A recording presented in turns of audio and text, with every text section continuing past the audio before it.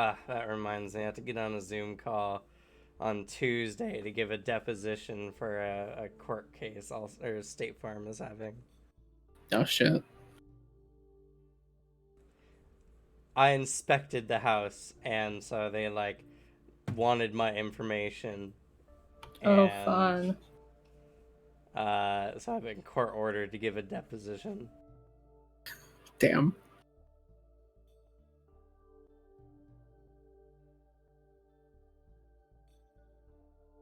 I don't remember the house in question, but looking at the pictures, I know what I would have thought that day. So, but hopefully it's like a 20-minute deposition. They're gonna be like, "Hey, so do you recall the events of that day?" No, I don't. Okay. Can you give us any information on the pictures that you took? Sure. I took those pictures. I took those pictures.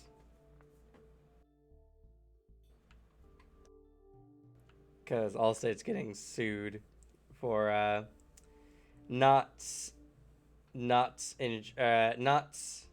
paying out for an insurance claim on this person's house because they had water leakage.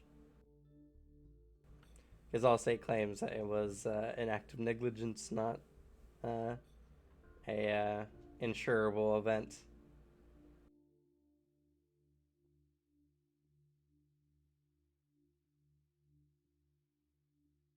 Looking at the previous household.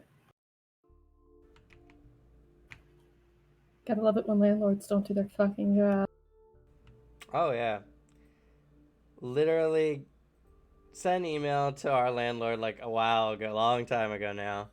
And we're like, hey, the fan in our bathroom doesn't work. No reply forever. Then they send a text like, hey, if you see any vermin problems, please let us know ASAP. And I'm like, well, we don't have a vermin problem, but we do have a fan problem. She's like, oh, we'll get in a hold of our tech guy, our maintenance guy right away. That Oh was no, like was that? 3-4 weeks ago now. That's what I thought. It's the problem with rental properties in general. They're not providing a service. All apartments should be rent to own. Should be rent to own, and then you can sell it back to the company after you're done. They would still make a profit, especially because what they buy it back from you for would not be what you put into it. I guarantee.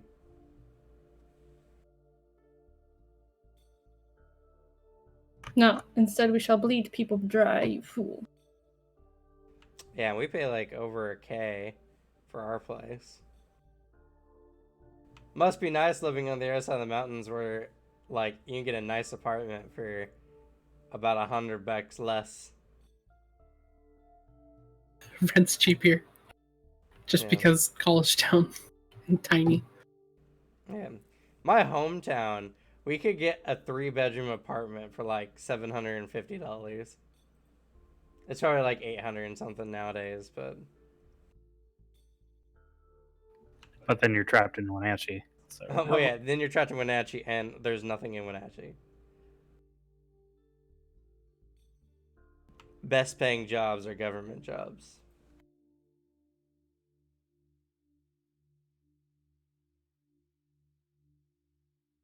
So no, we pay the regional rent of 1,000 plus because of our proximity to Seattle.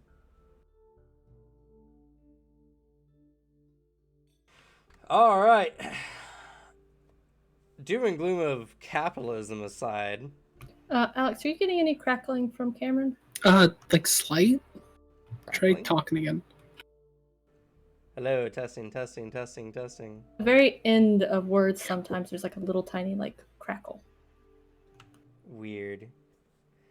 I did mention earlier to Alex, and I guess to the stream now, we have been having internet issues due to the snowstorm, because nothing over here is weatherproofed. it snows half a foot and everything shuts down. Seems like poor form for somewhere that snows. It doesn't snow that often here, actually. It still snows. It snows. I think. And if it does snow, then it normally snows like a decent bit. Let's see. Of the 4 years I've lived here so far, there's been 2 years where it snowed a fair amount, and then there's been 2 years where the most they got was a light dusting of snow that lasted like an evening, or like an evening. Yeah. The issue is it's such long. There's such a long break between whenever snows over there, like seriously snows, that everyone forgets what to do and panics. Here, we get it's yearly, every winter.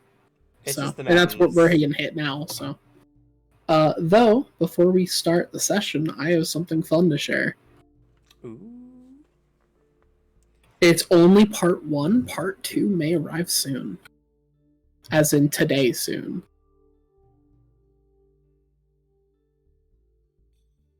Tell them yes, pressure during the game. Oh, that is cool. Nice. There he is. There's that boy. And 1 second, let me pull up. Absolute menace. I do want to shout out who they are. 1 second. Let me pull it up on stream.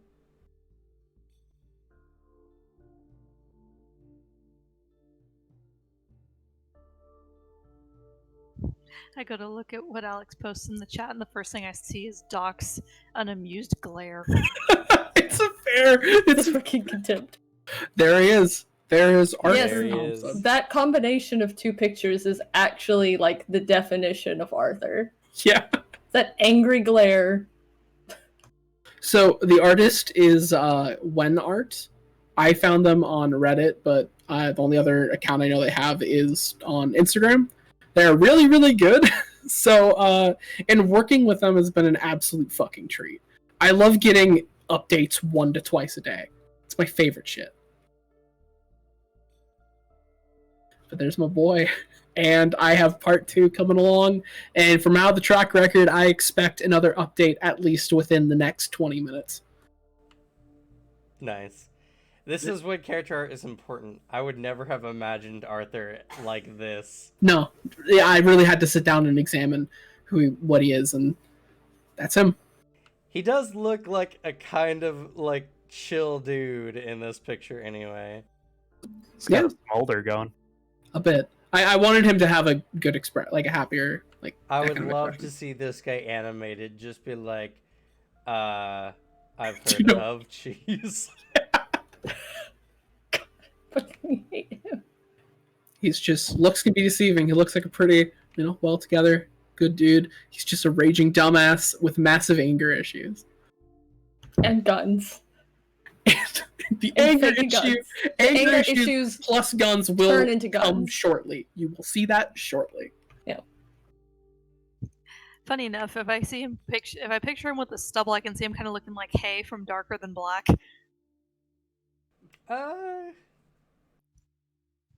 Rough him up a bit, I can kind of see a slight resemblance.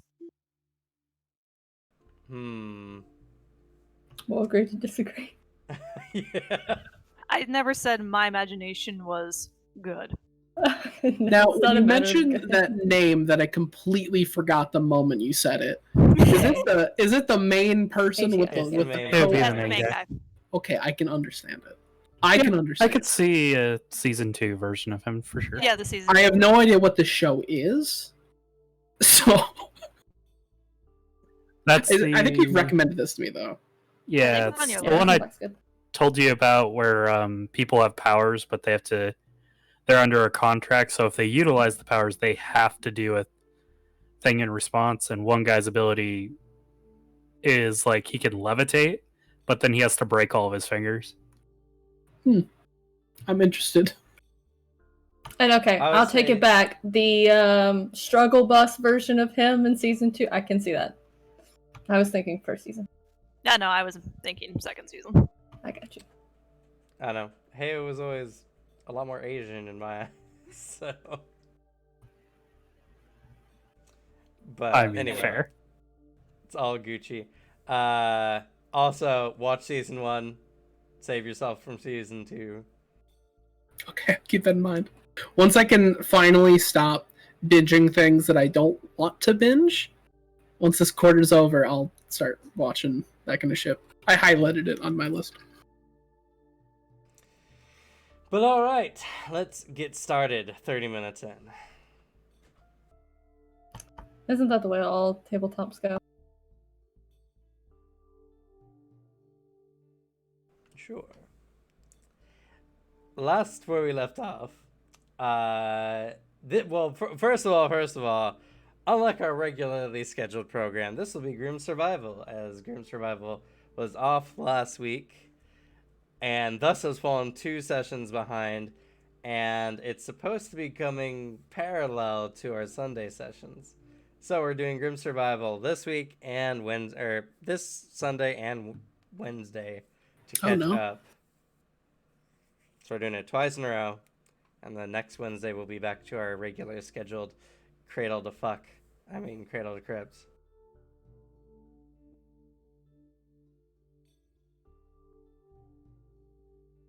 As you guys are currently being taken to a demon lord. To do politics, but like throw hands politics. Yeah, it's mercenary politics, you know. Finwith speaks that language. I mean, not about the pay thing, but fighting, yeah. Except the pay is probably, surviving, so. Yet not being killed by a demon lord is a pretty good payment. Anywho, so brief recap of the last session. It was a slice of life episode with Sebastian taking Ilya around to pick out clothing for an upcoming dinner. Oh yeah, and Jacques was also interrogated by a vampire. Interrogated by one of the head defenders of the house. It went well enough. Didn't die. I didn't die. You didn't die. That's true. Doc's gonna wish he did, though. Tristoval, though, sniffed you out in a slightly roundabout way. And you've been revealed to be a spy for Radovan. Whoops. So, yeah, that happened.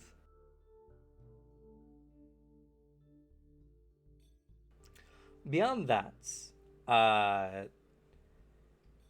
you have all been made aware, and you guys are kind of talking towards the end of last session, giving away all your notes, that Iqval Rosencratz is having a dinner of the family houses, or the head houses of Rosencratz, the following evening. And the Amorous house will be vacant of all of its upper level members. Time for snooping. Except for Sebastian, who will be attending as Lady Ilya's attendant. Fuck. Did you forget that one? Or Yeah, did you just not pick it up?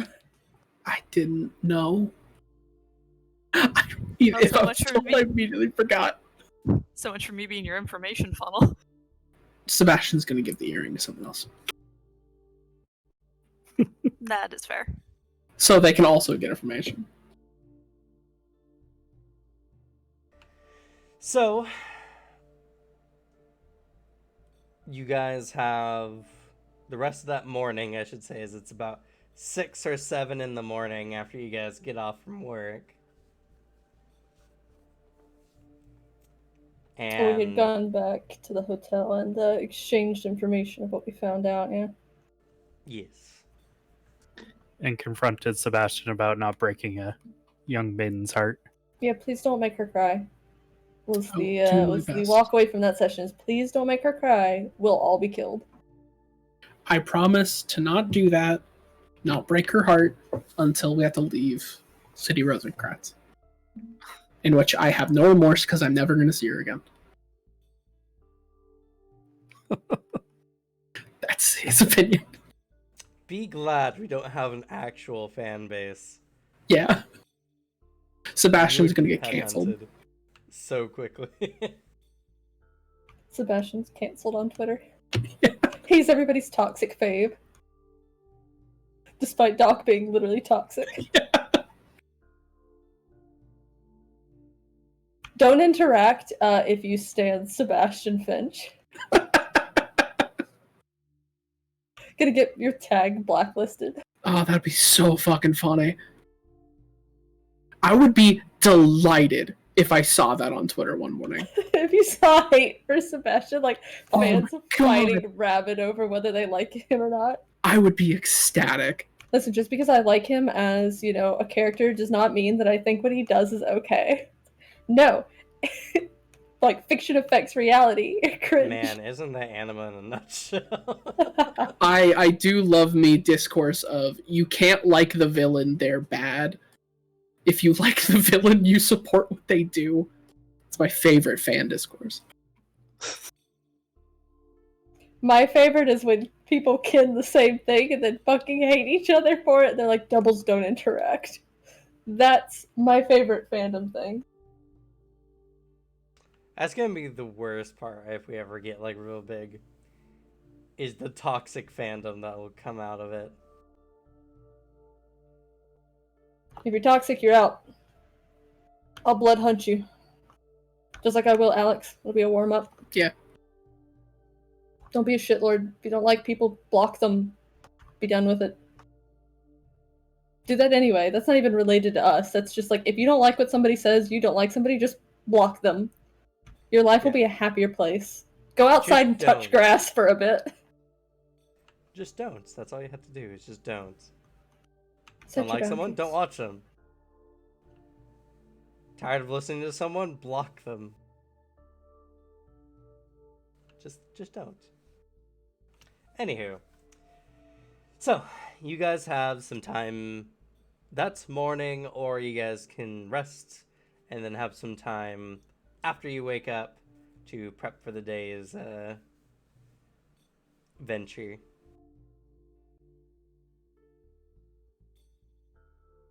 It's up to you for all you to decide, I suppose. Besides Anastasia, who just has his normal Vitella sleeping habits. It's been a bitch to adjust to.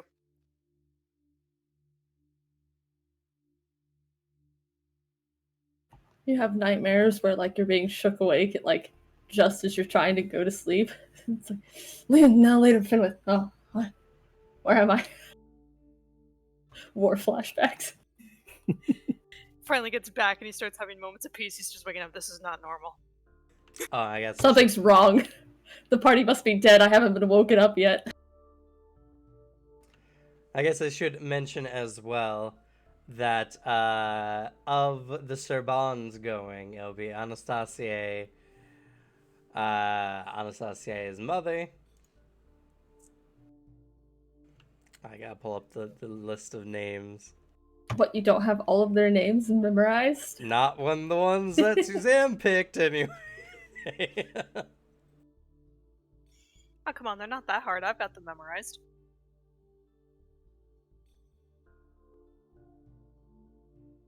To be fair, he has a lot more to memorize than just your family. Oh, I know. Will Smith poses at the whole Amorous clan.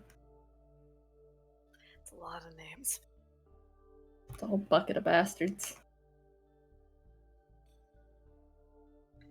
Except for Lilia. Lilia's like that one. You're like, okay, we gotta protect this one. Terrier? How do you pronounce it? Terrier? She's just been called Mom this whole time. Treya. Treya? Okay. It's basically Freya with a T. Uh, And your kid's named Sure. Trey. Terje. Totally spells Trey. I That was won't the argue. pronunciation I saw on the site. Treya. Treyan. And Laurenteve.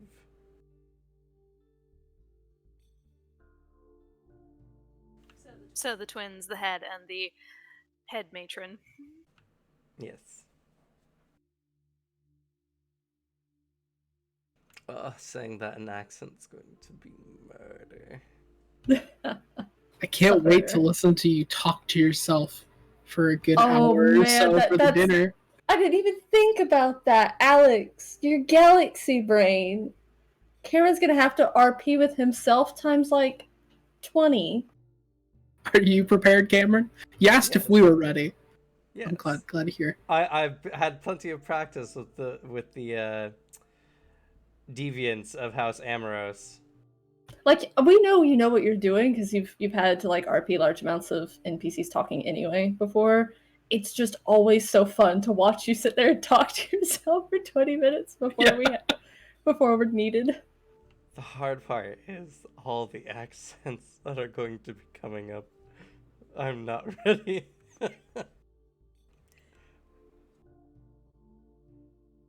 Alas, we all speak the language. Oh wait, did Sebastian ever shop for a formal outfit? No, To be fair, he has his butler outfits. exactly. Yeah, he's already in one. Okay. And someone it's else not like- handled getting that, so we don't have to suffer through Sebastian going, it's just a black version of what I regularly wear, right? No. Absolutely not, in fact. I can't take my dirty, tattered trench coat to the fancy vampire dinner. My long coat is armed. Yes, no, that's a problem. You can't take that. What if I am attacked? In Then my- I guess you'll fucking die. I have my shield, my psychic shield, but it may It not would be prove- inconvenient if they figured out what I could do. Oh, that's right. You don't have improvised weapon training. No, Yeah, he wasn't in the I other don't group. lift things. The man didn't even know a sit-up. No, Now, I would argue that he does have improvised weapon training because he could turn only with his anything mind. into a weapon. that's true, but They it's have- more like I am just throwing something at somebody. Like Well, how I do mean, you- as He's a using the psychic, catapult but, you spell. know. That's it. Will this He's be the just using day that Sebastian realizes that the table is the most powerful of weapons? Oh, Him and Ishtar Ishtar would have bond to- for a moment. Be a strange Ishtar mirror. him and Ishar like compare notes. It's like, so I've lifted a few things as well. I found that tables actually work the best. I Especially will metal take note of ones. this. You've used it how? Interesting. They're in like some Battery. big fight. Finwith is like super pumped up. He's like, I finally get to kill a thing. A table flies out of nowhere, killing the monster. He's like, not only did you kill Steel, you kill Steel with a table. He just lays down there to die. Just go on without it. Sebastian just brings the table back. I underestimated the efficacy of this weapon. I will need to take this with me. Both groups have battle tables. They doubly commissioned some like blacksmith and Rosencratz to make quality tables for them. All right. So, what do you guys do? What's your plan of action? Uneasily get up with a bit of anxiety. For fear of Doc, mostly. I get up with a lot of anxiety for fear of myself. Get up with no anxiety because that is an emotion I have destroyed. It does not exist in my mind anymore.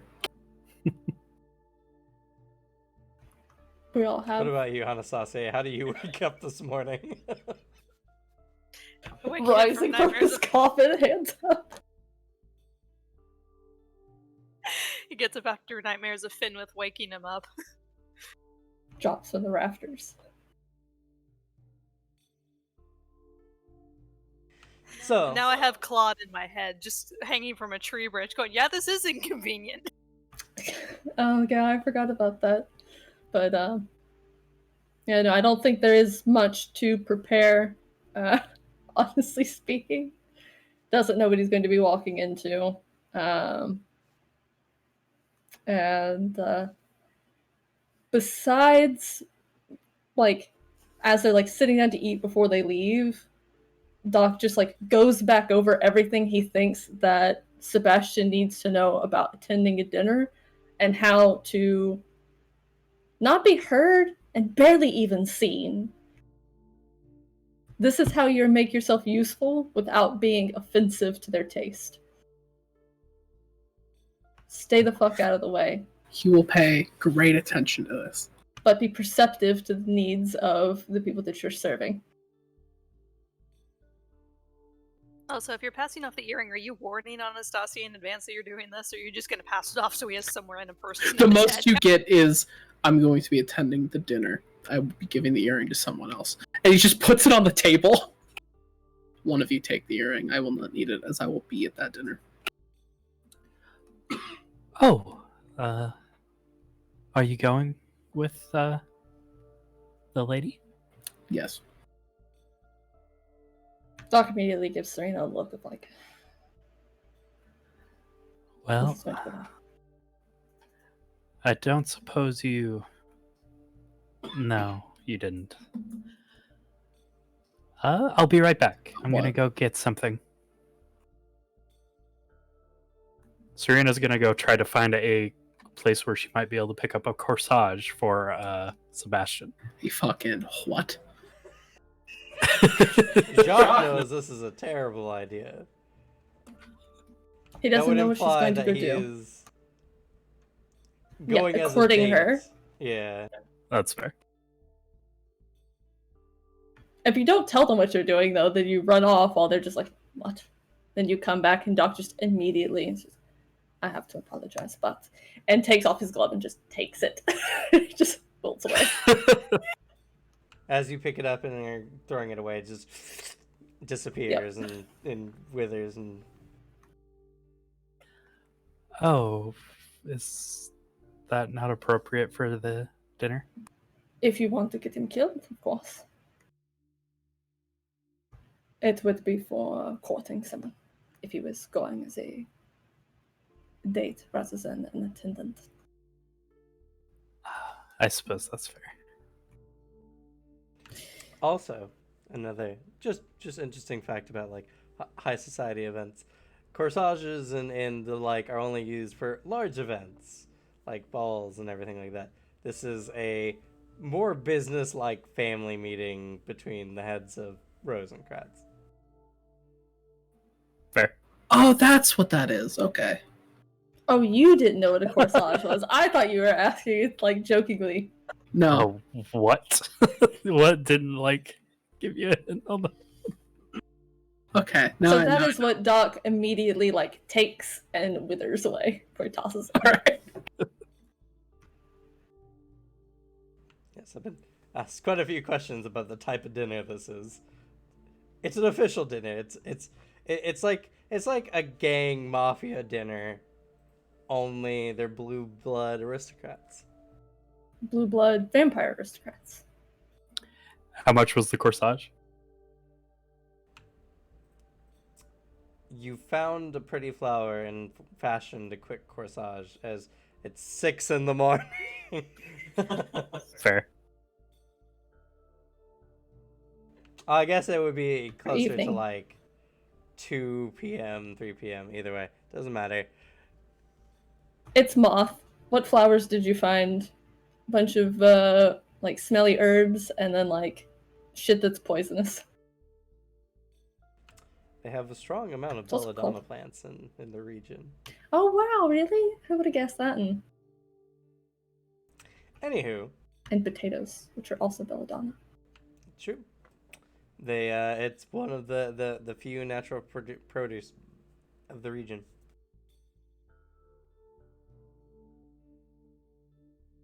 That's how we and conquer radishes moths. and turnips. Create the tuber plague. Potato famine. Though in many of the lesser regions of moth, you eat a lot of gruel. You eat a lot of just vegetable soup. It's not great. Sounds depressing. That's moth. It's all depressing. It's a dark region in more ways than one. Everything sucks.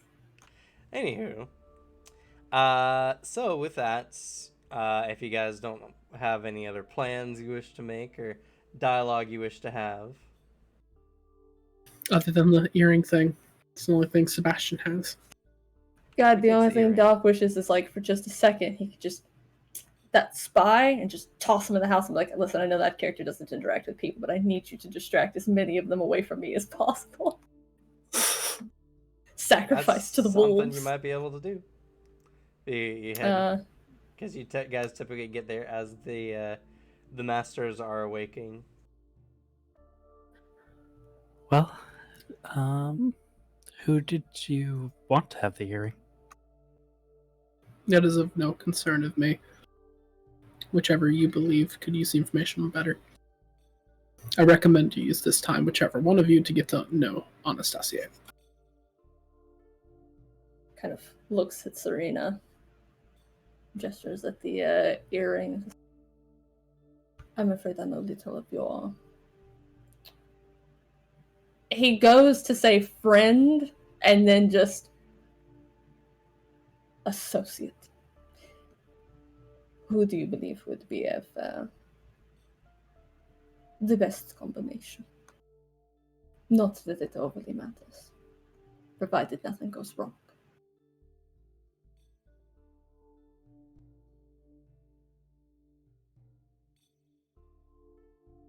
In this moment, you're already under suspicion. And if you are caught with this sort of item, that may prove to be an issue. He picks it up. Serena, enjoy making another friend. And drops it into your palm. I always do. And she places it in. Moment of silence for Anastasia, who's gonna get, hi, it's nice to meet you. I'll be your handler now. Speaking of, Oh my god, you're gonna have like a real conversation over this thing for once. Good morning. Anastasia is more than likely not awake when you guys That's right. awake. I don't know. He only needs 45 minutes to sleep, and with the nightmares he's been having, he could be awake at any moment. True, but Serena does not know this. Sure. We'll just forget you're a vampire.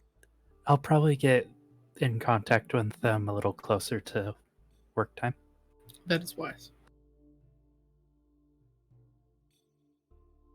Alright, well then Doc will plan to try and get a hold of our actual spy in the household without catching too much attention to let him know that both what is now known with Doc and the issues of all of the deviants are going to be set free during the dinner, and then that they at least Lilia knows about Sebastian's abilities.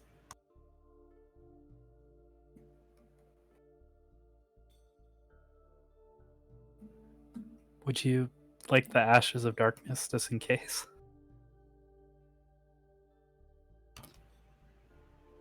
I can teleport.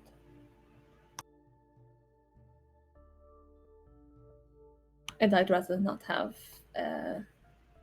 any items on my person that would further entreat mistrust. All right. That's fair. Honestly, if anyone found anything like suspicious on Serena, I don't know how they would take it. Like, oh, that's cute. Are you playing assassin today? Pinches cheek. Unleashes the power of the sun. I'm just kidding. It becomes a radiant orb. So, uh, unless you guys have anything else you'd like to do, then we'll progress time to when you all start heading to work around 6 p.m. Doc, before they leave, does they get ready, does spare a very irritated look at the jealous Fang. It's all its fault.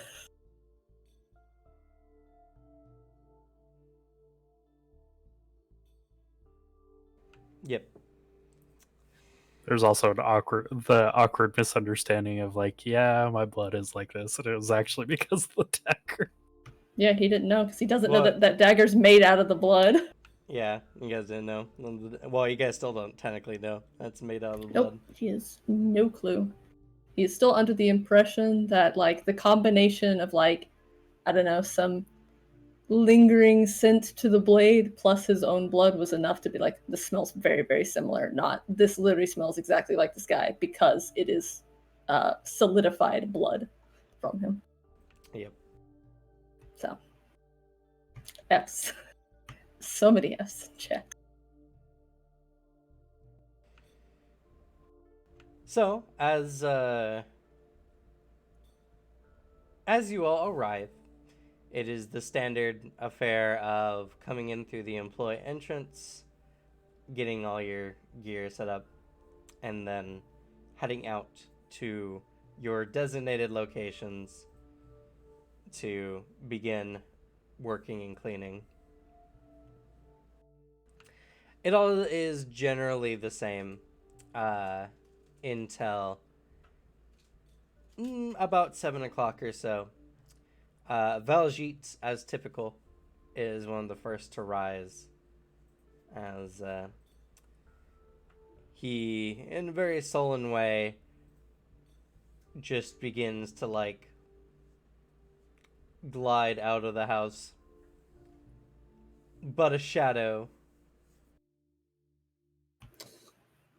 Doc will have found something to do closer to his usual path out to catch him as he passes.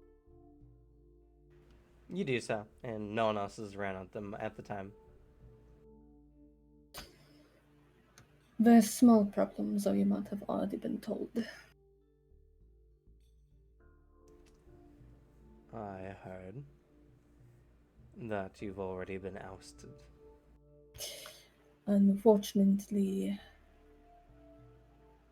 Tristobal caught a scent on me that was not something that can be explained away. Well, that is lamentable. Though I have not heard of the decision on what to do on it. No, he had left it rather open-ended, and I believe might be distracted anyway with the dinner today. Given their politics, from what I've seen so far, I would imagine they would not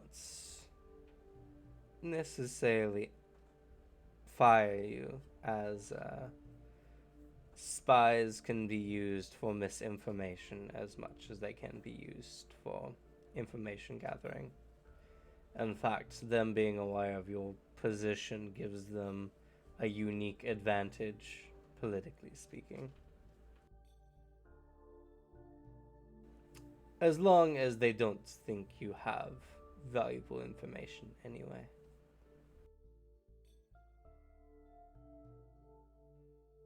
And likewise, Lilia is aware of Sebastian's capabilities now. Though I do not believe he has been mocked the same as I. But I've heard. considering our accord with one another, some suspicion may go to them. I've heard nothing too untoward about Sebastian. And as far as the deviants are concerned at the house, they seem to be overly interested in Serena. She seems to have that kind of pull. Yes. I would be wary with the high members of the house missing this evening. Serena's at a particular level of danger.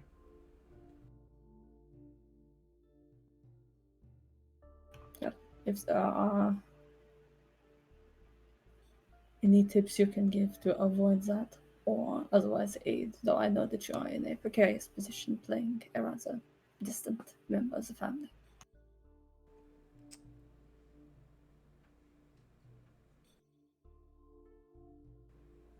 Well, what did you have in mind? I would have know your plans before I can give any advice. Are we talking about Serena?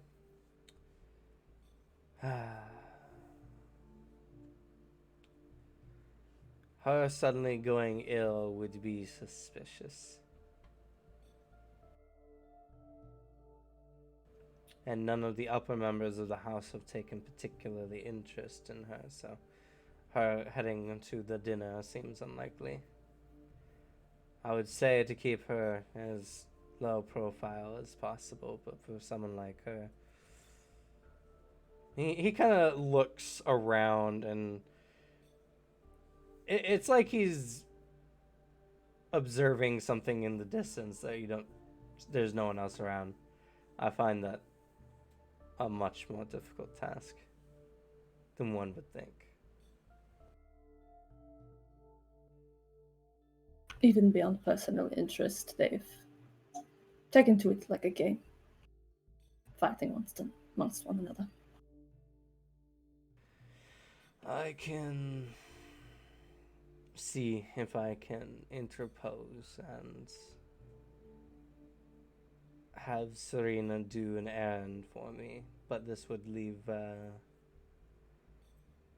them all feeling, well, quite agitated that the plaything had been taken from them and might make any further work in the house difficult.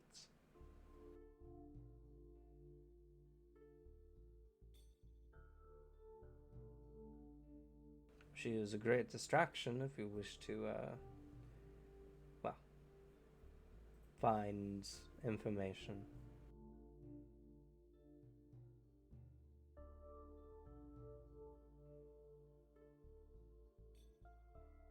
Oh, that's a good point. They're all gonna be like fighting over her. I don't want to throw Serena to the wolves. Nor does Jacques. Valji is someone you guys have barely paid much attention to in the house. Just because you know of his position, you've paid a little bit more attention to him, but compared to the other Vitella, he's got long, almost greasy looking red hair that just kind of drapes down over the body. It's kind of gangly compared to some of the other Vitella members. Looks like a real loner outcast type. Now that you've been subjected to the other Vitella of the house, at least, these features seem much more apparent.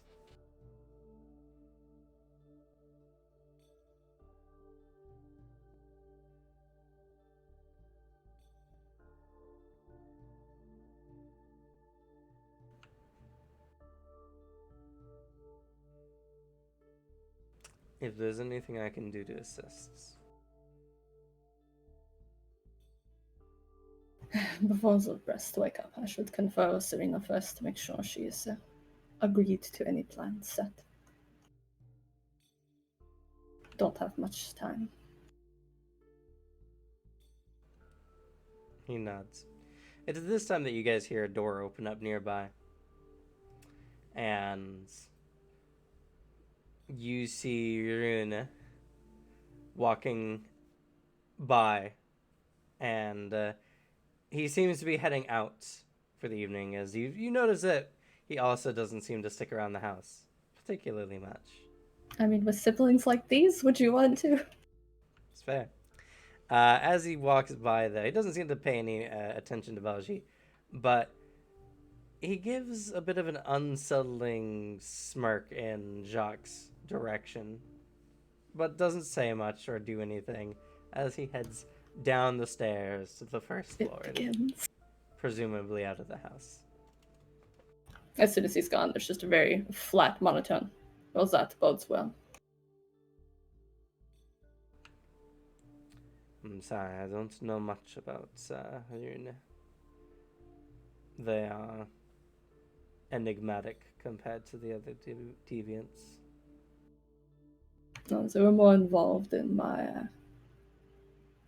audition, so to say, but have not interacted further. And be wary. He gestures to the house around them. Already so. True. Vitella, one of them habits make them more predatory by nature. They are still aristocrats, first and foremost. They do pride themselves on being reputable, and they don't consider things like murder to be tasteful. As long as you don't make it a game for them, I suppose.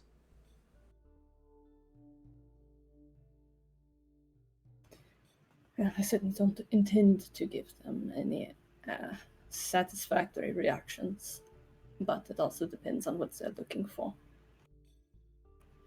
Cats with mice. He just kind of mutters angrily to himself. And they should fetch setting up. Okay. As you do so, Serena, you are now more or less comfortable contacting Anastasia. All right. I'll be right back. Did you figure out his favorite food that isn't blood? It's nothing. What's Anastasia's favorite color? I'm assuming Sebastian told her how the earring works. Yeah, he would have. So while she's like cleaning and stuff, she's just like, good evening. This is Serena LeBlanc. I work with Sebastian.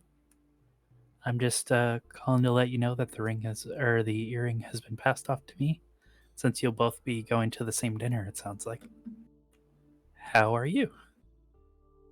He like pauses. He's like half dressed. He's just in the process of putting his shirt on. I am fine. Apologies. Still adjusting to a new sleeping schedule. Oh, was it a lot more different before coming here? Well, you've traveled with Radovan. I would assume you would have known he prefers to sleep at night. Vitella normally do. I've been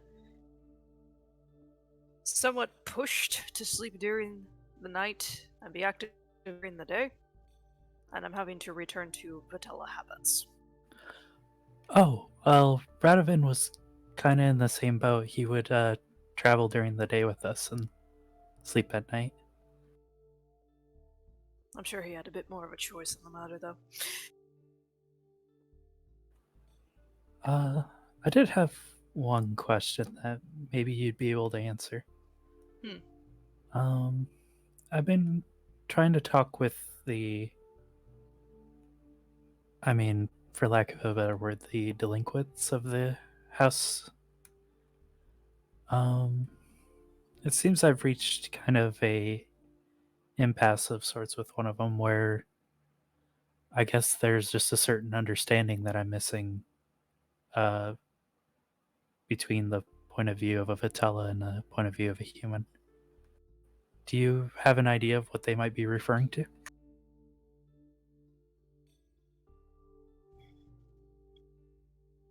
I'm assuming you kind of explained kind of where the conversation ended up, so he has an idea.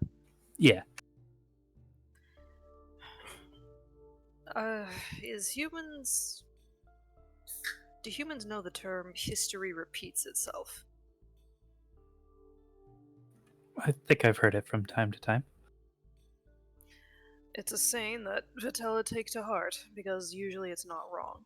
Centuries of trying to become friends with humans, be a bit more peaceful in aspects, only to have 7 grandsons down the line turning around and staking us in the heart, feeling we are the oppressors. It is caution that has kept them in this mindset for the longest time, because one wrong move from either side, and it's a slaughter. Either out of self defense or as a way to prevent anything from happening. And then one side gets the villain role, and the other has to either go into hiding or find a way to tear the villain down. I see.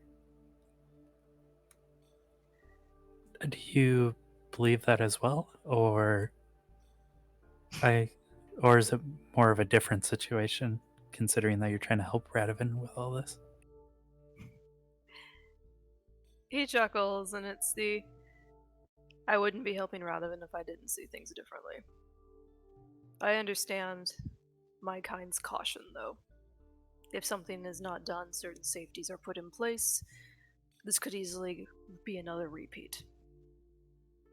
And I know Radovan wants to prevent that. As to where I stand, not all humans are bad. I've had the... what's the word? The joy of traveling with... I believe the proper term is outcasts of your kind.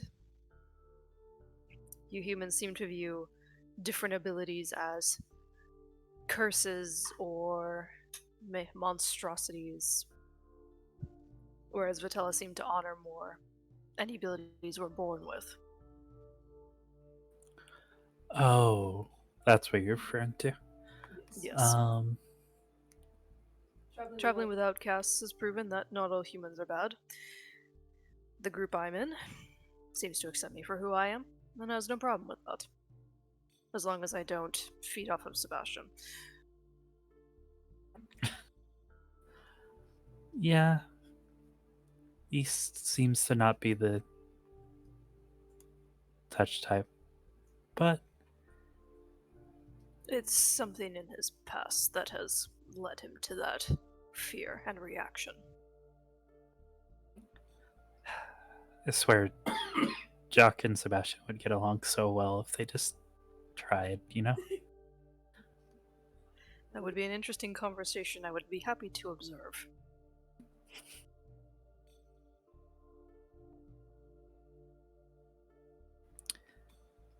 Do watch out for Sebastian, though. It seems his, well, the one that has taken him into her service seems to be a little sweet on him, so. Wait a minute, what do you mean?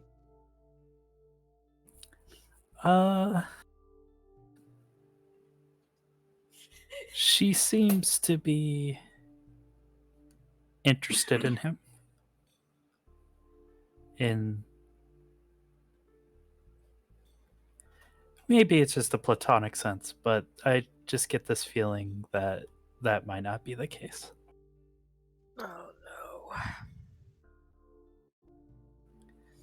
We've warned him to be careful, though, so he should be fine, I think.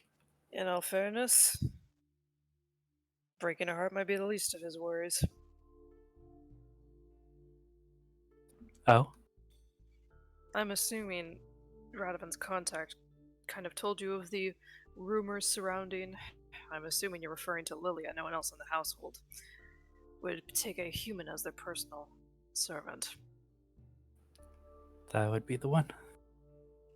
He goes to explain the rumors of Lilia. He does make a point to say that it's not a view in a bad light, it is more of a caution to humans.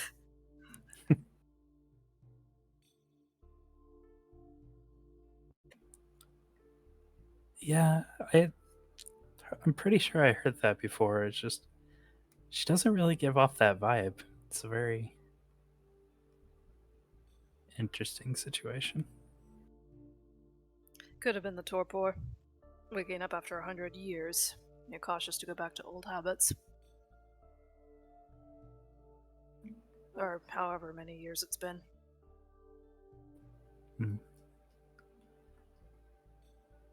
Possible. I don't really understand the torpor.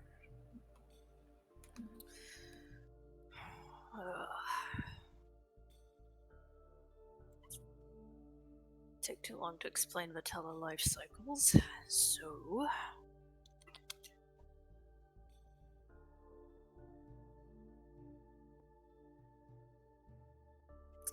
Let me put it into perspective.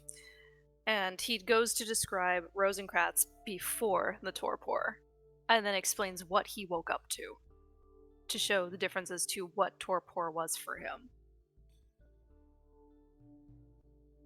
How much the city had changed, how much it had grown, no one being awake, as far as he knew.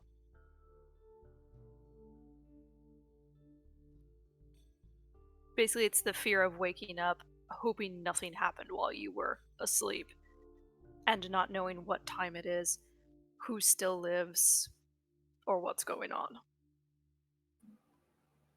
That sounds awful. Are you okay? I'm doing much better now. After some diving into a prison of sorts. Sat down and explained some things to my group. And it felt better once I fully explained it a bit more. Friends can be very useful in getting us out of a prison of our own making. Not gonna lie, it's actually surprisingly quiet with them not around. Kinda miss it.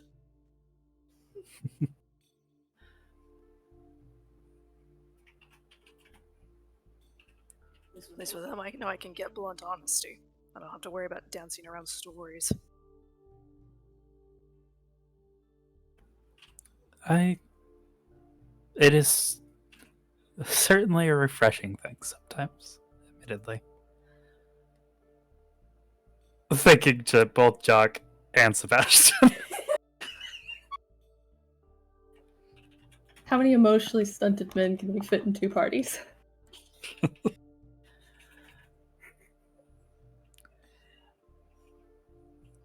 Sebastian seems like he's in kind of a weird spot, but he seems to think highly of you guys, at least from my exchange with him.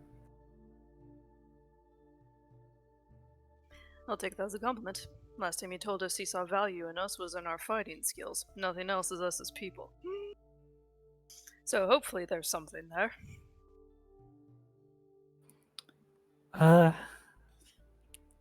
He does put quite a lot of value on somebody's usefulness.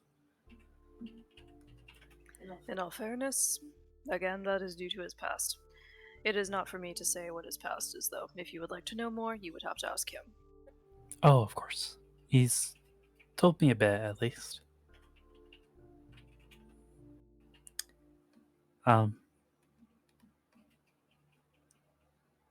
If you'd like to talk to him more, I've found that if you kind of pose it in sort of a deal format, he seems to be a little bit more open to it, at least.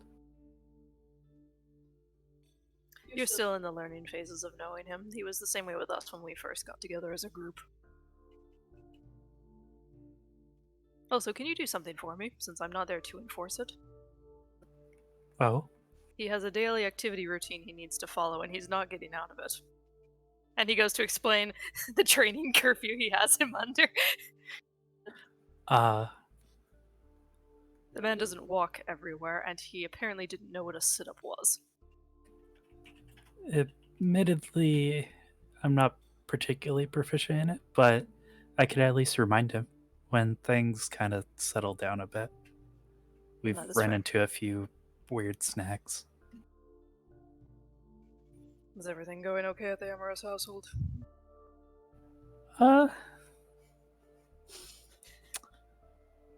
Hopefully.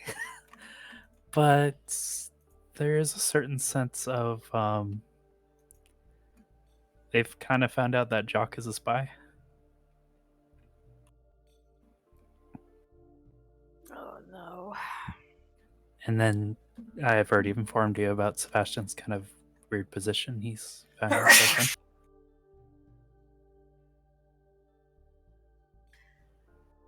No, Sebastian's is not going to be too much of a problem. He's never had an issue blending in. If anything, he's probably going to struggle with social etiquette more than anything else. But that's because he's not used to it. On the bright side, he seems to be getting better. I can get more than 2 sentences out of him during the mornings now. That is impressive.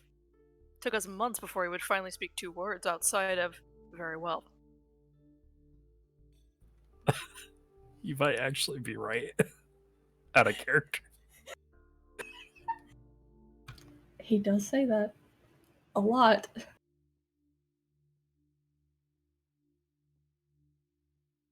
It was very nice talking to you, Anastasia. If you have any more questions or if you find out any pertinent information that might be helpful, don't be afraid to message me. Alright, and if you have any information you wish me to try to pass on along to Radovan, I'm assuming he's going to be there. If I get a chance, I can pass it on to him. Just the big one, I believe Sebastian probably told you, but just in case he didn't, just let him know that Tristoval would prefer a much more upfront approach rather than sneaking around. Also, probably let him know that one of us was kind of caught, but we don't know what's going to happen with that quite yet. I'll keep you informed as things go. Alright. And you be safe. Without any supervision, the delinquents will be a bit more of a problem. I had a feeling. But they seem to be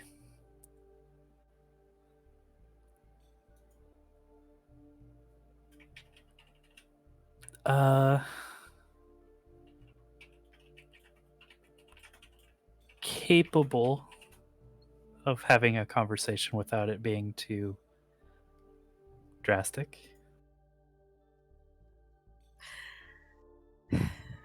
You hear a lot of unease. You hear a bit more unease in Anastasia. He's like, you were warned about them, right? And the things they have done? I have, but due to certain circumstances, it would seem that I am the one who's going to be dealing with them. Oh no. I'm sure it'll be fine. Okay.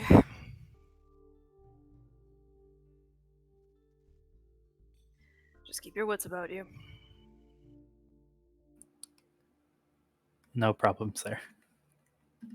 Thank you again, Anastasia. No worries. I'll keep you updated if anything interesting happens in the conversation.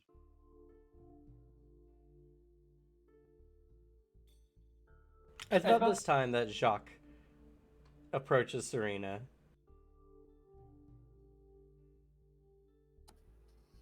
Well, you're still in one piece. That's good.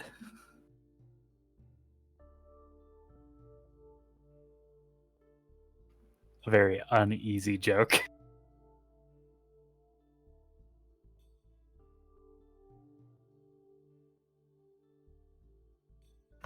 Sorry, it's just suspicious of Cameron in the chat. What? No.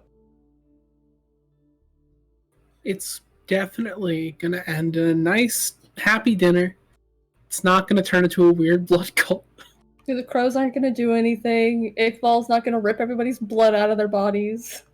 Never happen. Fine. Who only voted with 10 points?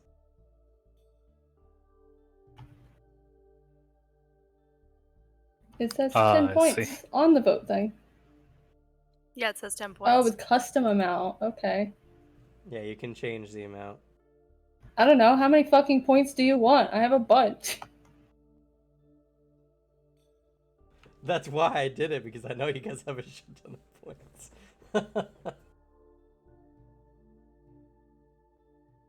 There, I'm making a nice round number.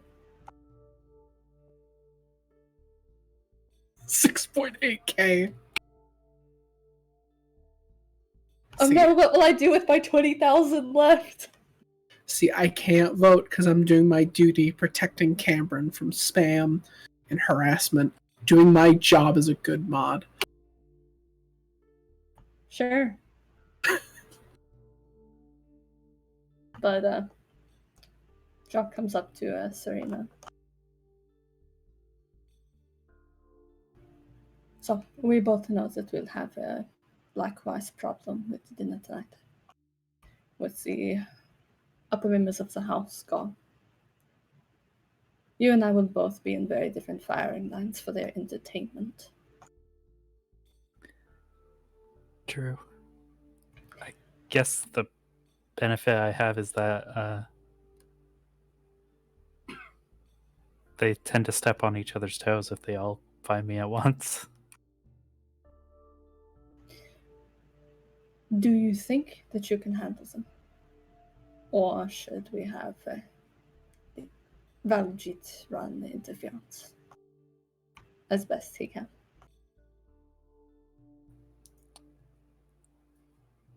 I think it is possible to handle them. I don't think anything will get violent, at the very least.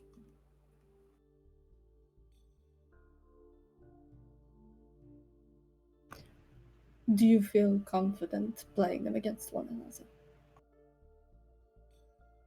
I would feel more comfortable if you are out of their reach, without oversight from more respected members. But Banjit brought up an interesting point. With them distracted, it is a good time to gather information. Though on the personal side, they are more interesting to sway than otherwise. True. Though I don't want to turn them against each other too much, because that might be a reason for them not to band together on our side. From what I grasp of the Vitala, their issues with one another are momentary flights. They live for so long, there's no point in truly losing one another.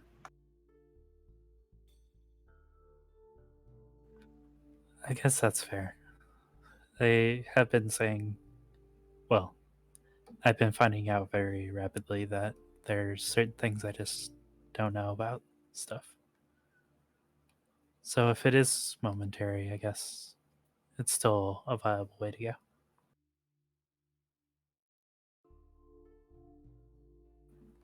But how do you feel? I don't trust any of them in the same house as you, much less unattended in the same house. That's not what I mean. I mean, you're in a very scary situation, Jock. I can handle myself, and they can't exactly afford to just kill me outright. They're nobles, and I'm now somebody working both for them, officially, and Radovan, as they are aware.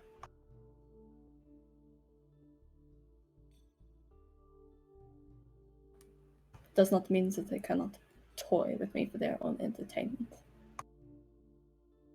But hopefully they find something more amenable for themselves. Is there anything I can do to make it easier for you? He just sighs because she's turning his question to her around to him and just, no. I can handle it. I do not need you running interference on my end. The question is your safety versus the chance to gain further information once they are all distracted. Admittedly, without Sebastian here, it cuts it down on what we can do. Fair. I guess if you're truly worried, if things go too far, I wouldn't mind if Valjeet stepped in. But I will try my best to make sure things don't get that far.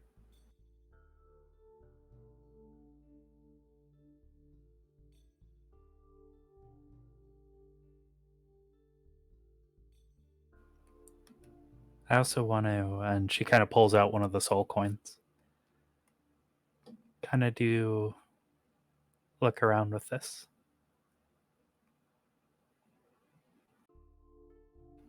See if there's anything interesting about the house that we're unaware of. Which one's that?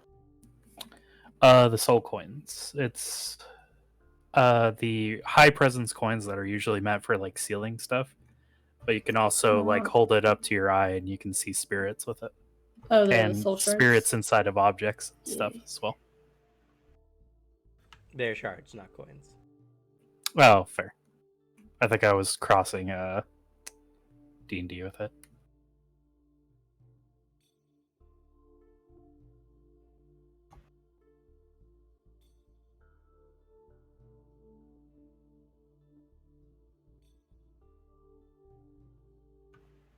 Well, if you'd like to try and distract them, I can take that with me as I go. But I doubt there will ever be a time you are able to get far enough away from at least one of them, much less the whole group, to do so yourself. They are rather fascinated by you. I've noticed a bit.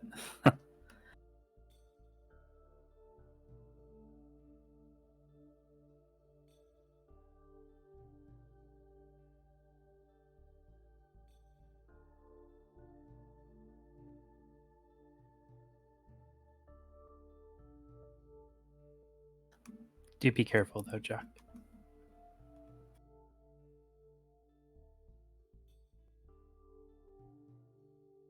There's more important things to do than there are tasks here. Nothing will happen to me.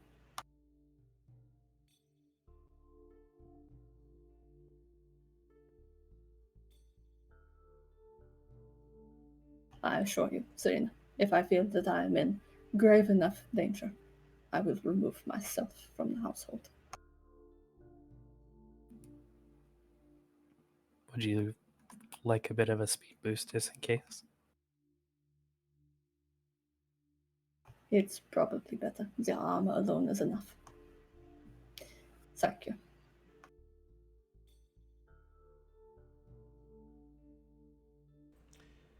So, as time goes by, it doesn't take too much longer for the rest of the house residents to begin to stir, as the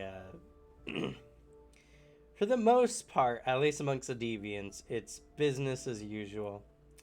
You guys are commanded to do a variety of small tasks. Though, And I guess before they woke up then, as we finish that, I guess we're going with Serena.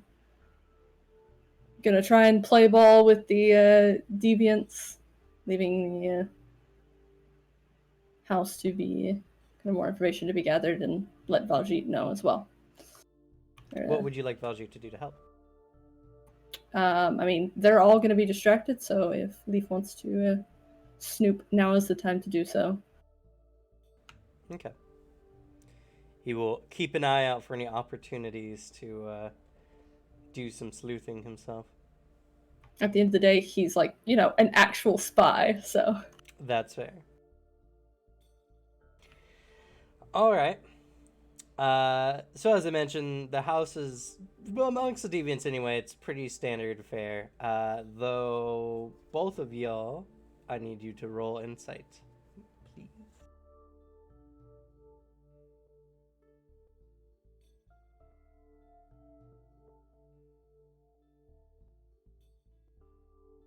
What is it for Anima? If you don't have the actual skill, then you will use your search. I think you added it in the other one. You didn't add it for this one. We just had survival. There's a mixed party, so some players do have it and others do not. Yeah, that's fair. Fair.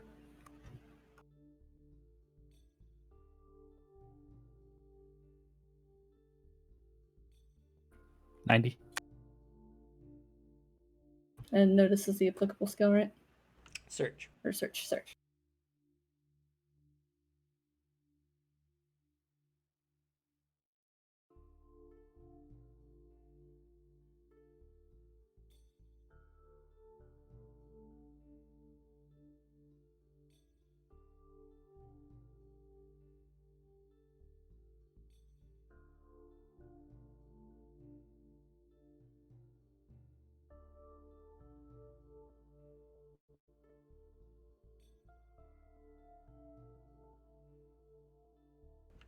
Okay.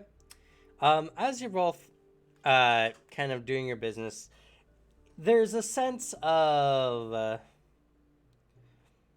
tension, at least between you two, because you guys are aware that once the family heads leave, it's game time. Jacques pulls his usual plus a Sebastian, and it's just going to try and keep business as usual, despite knowing everybody knows everything now. Yeah. Surprisingly, something no to one dis- seems to bother you more untowardly, Jacques. Doesn't necessarily trust that. Though you guys also do notice that the deviants seem eager. You don't know for what, but they seem just as anticipatory for the evening's events as you guys are. The heads of the house, once they're moving around, and this is something Sebastian more recognizes, they are hustling. They are getting things ready. They're getting, they're mostly either in their rooms. You do see Tristabel and Donovan are in their offices, in and out frequently, tending to things. You catch Donovan's eye, and you have a sense of trepidation, but nothing more than that. Yeah. Eventually, Lilia comes out of her room, and she sees you, and she curtsies politely to you. She says that she needs to get ready for the evening, and she's getting her friend Drila to assist her with her outfit. So, and she thanks you again for helping her pick something out. Of But course. she thinks that's something that you wouldn't be comfortable with helping her get suited up. So, Fair. What's with this corset, lazy? What's the point of this? So eventually, she heads downstairs momentarily and retrieves Drila, who come up together. And Drila, I don't think I've really mentioned this before. She's almost like the exact opposite of Lilia as far as like appearance. She's very goth vampire. Long dark hair, dark outfit, dark like eyeliner and stuff like that. While Lilia is a lot more rosy and pink. And they look like exact opposites. Lily is also a bit more petite, while Drila is a lot more tall. And she's got very, think teen Morticia from the Evans family. Kind of appearance. So. Oh, this might be a bit before. I time, don't Alex. don't start. I swear to God, man. I was going to joke if she was 9 feet tall or not. That's what you're just... No. Nor does she have like an absurdly huge rack. Yeah. I swear people are coming into the channel just to vote and then they leave. No, there's only 2 voters for the nice dinner and 1 for the blood rituals and cult stuff. I just saw the viewers to go up and then down. So, we'll Yeah. see. Anyway. So, the beginning part of the night is relatively busy in more ways than one. As individuals are running around, getting things set up, trying to prepare for the evening. We move over to the Serban household, where the family has a bit of a small get-together before the evening starts.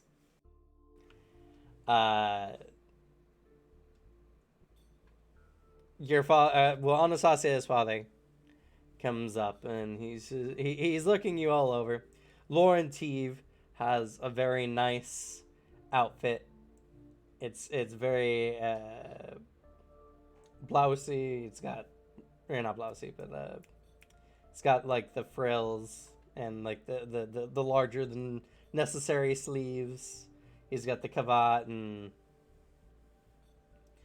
he's wearing the traditional family head vestments, which is like this really nice doublet that has it's like black and silver lines, and it has the Serban family crest like on the breast. While your mother is wearing a very nice evening outfit. Nothing too particularly special.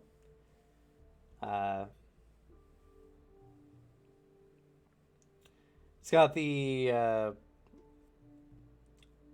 goodness, what's it called? It's the thing that are supposed to like accentuate the hips.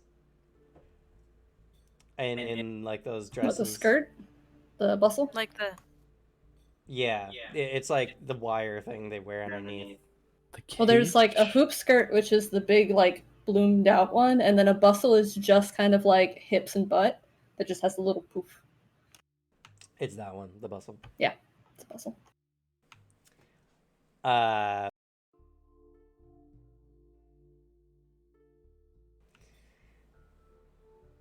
What does Anastasia wear for the evening? He, all in honesty, just bought a simple suit and vest with a nice cravat.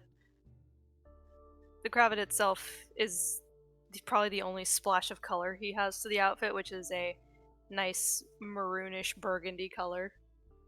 Just because you've had character development does not mean that you're not an edgy teenager anymore. Oh no, didn't I tell you about the black eyeliner and all that? You got the coal. Lauren T would totally do that.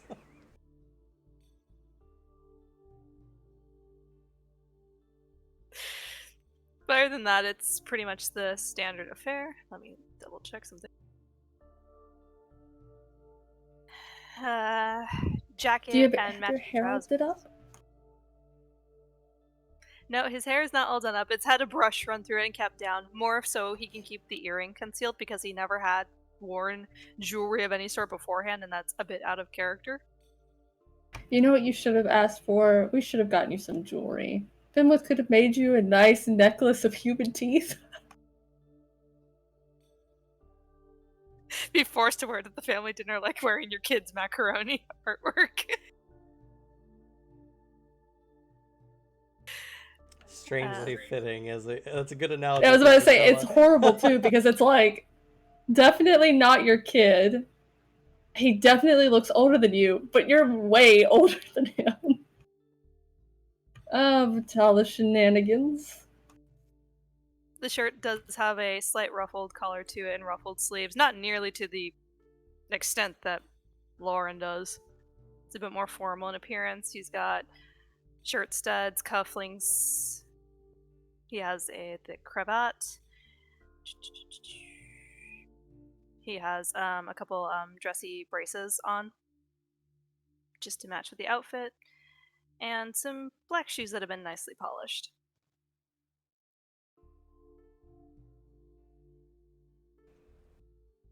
Okay.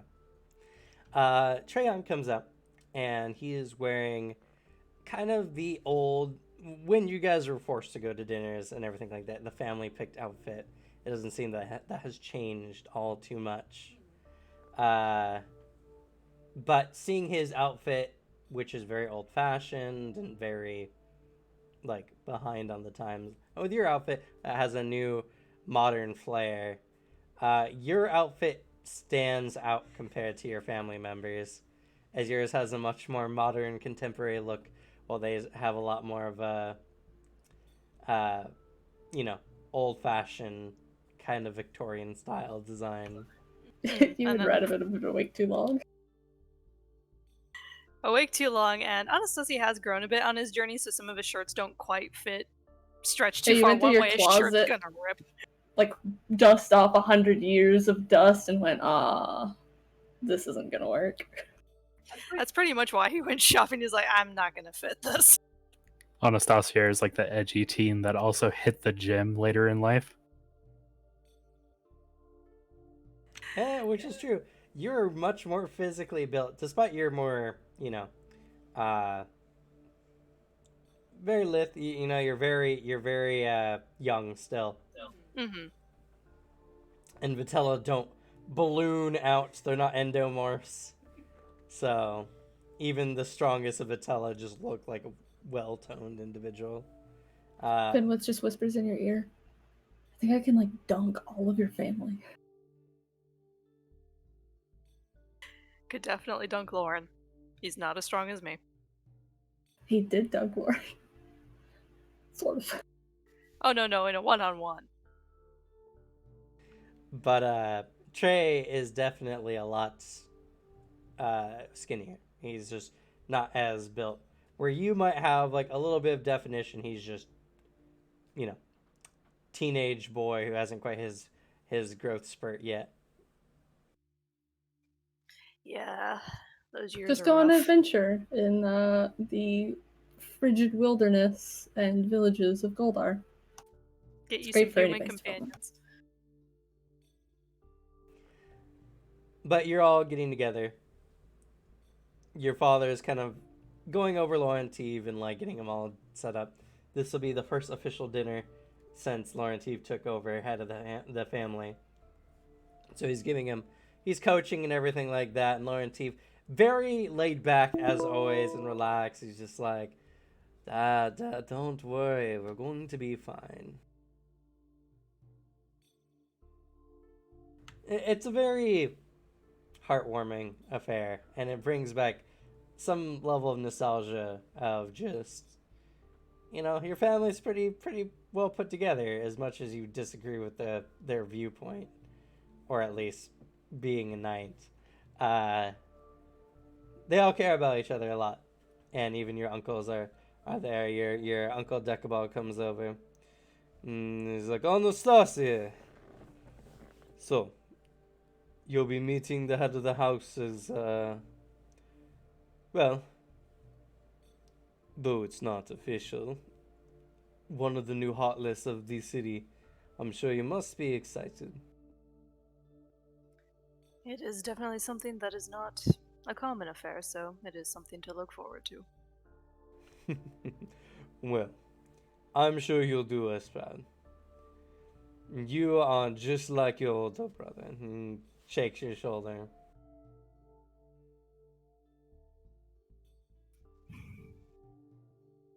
Concealed internal sigh. More comparisons. After that, he turns over to Trey and is like, Trey, you look just like I remember.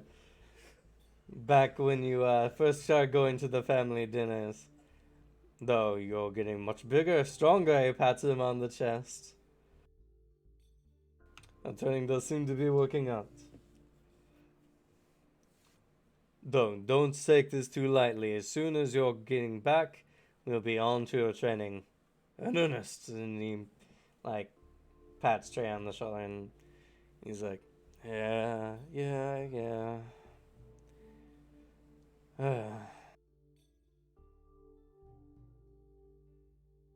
He seems... The attention is nice, but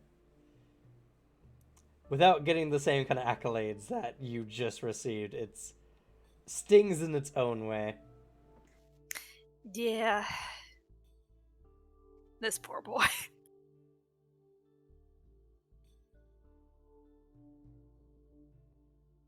So you have a bit of time. The dinner is at midnight. Well, dinner, but it's kind of like the dinner in the early afternoon, you know, like 2-3 p.m. dinner.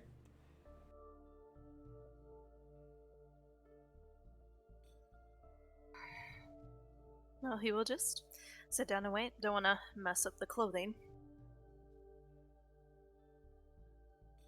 Maybe read a book to pass the time a bit more. Once your father and your uncles and your older sister kind of head out, Laurentieve kind of comes over to you. And he smiles and he's like, I like the digs. Thank That's you. what they say nowadays, right? I think so. I heard it in town. I was thinking about getting something, but then I remembered we have this stuffy thing in motions. Maybe after a century or so, I can change it up. Curious to see what you'd do. I would have worn the traditional stuff if it wasn't for the fact that none of it fits anymore.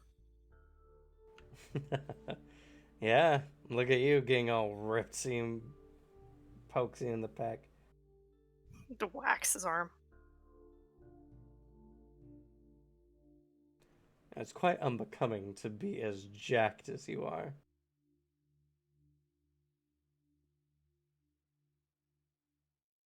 My apologies. He Only so felt much so I can do. small.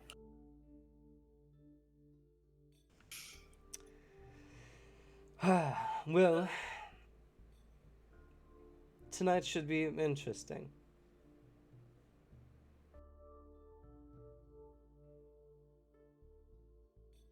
Definitely. Don't worry, though. I have a surprise for you in store this evening as well. Slight look of concern. He smirks. You'll just have to see as he goes and wanders off. Shakes his head like, oh god.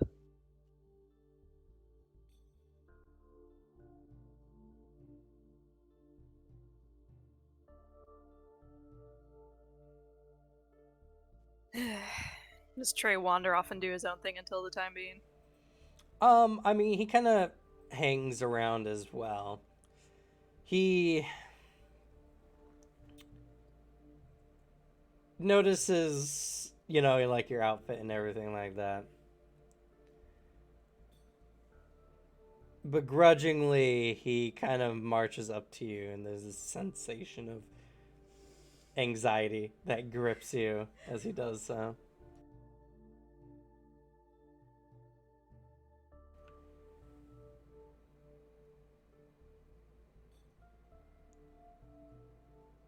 Well, sorry. Well, I guess you'll be joining father and all them.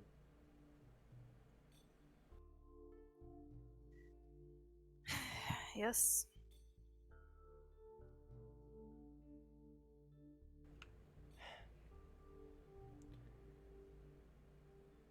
I wanted to say I'm sorry, and us.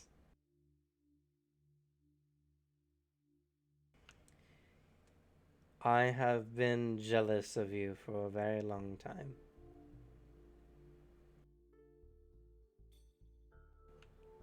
He's kind of avoiding eye contact.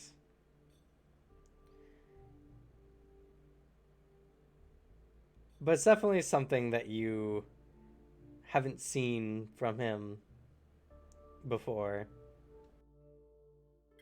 Just out of slight paranoia, given the situation he has been in, I would like to try and roll insight. Sure.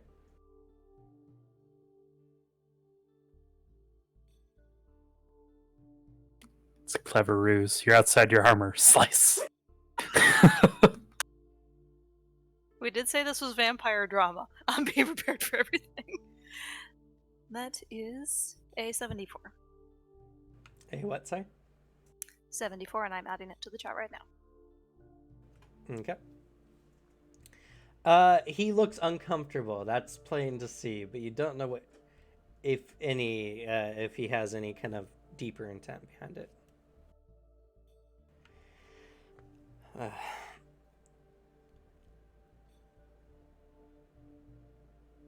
I just want you to know that it's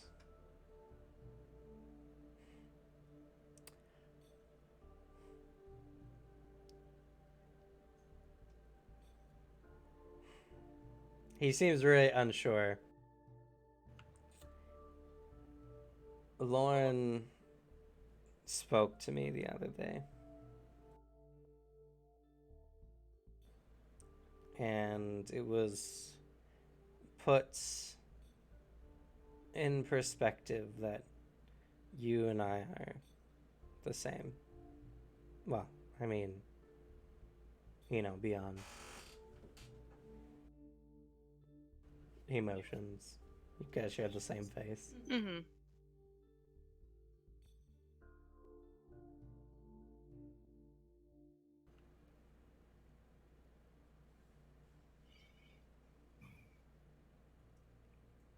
We have a lot to live up to. So I'm going to start worrying about myself more than I'm going to worry about you.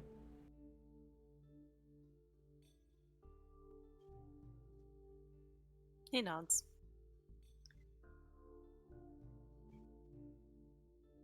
And I don't blame you for being jealous. I've had that issue with Lauren for a while. When I'm constantly given the goal of reaching what Lauren's done, it's put more stress than needed. So I understand. I'm just sorry I was the bar they placed for you. It's okay. I found that if I was in your position, then I would just be chasing after Lauren. So it doesn't matter what I do. I'll join Father and my uncle soon enough.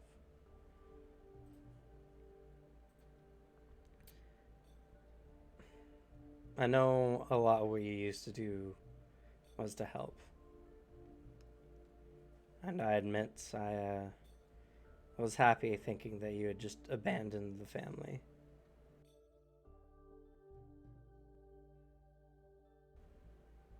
Makes sense. When the object of jealousy leaves, it's a relief. It's understandable. I'm not mad at you. If anything, it hurt more than anything else. But I didn't blame you for it. So, I'll join you. One day, I'll be a knight just like you and everyone else. I know you will. And he puts a hand on his shoulder. He looks rather uncomfortable as you do so. I believe you'll make it. I know you will. Yeah. Then we can patrol together. Sure. We'll become, renowned twins of House Servan.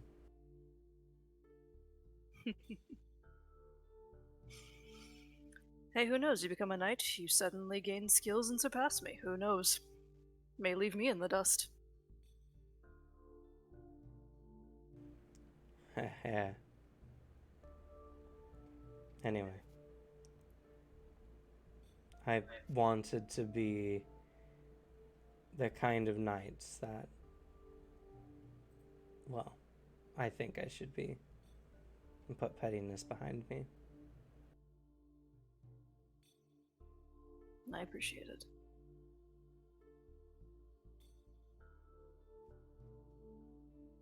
Also, your outfit's weird. Trust me, it feels weird.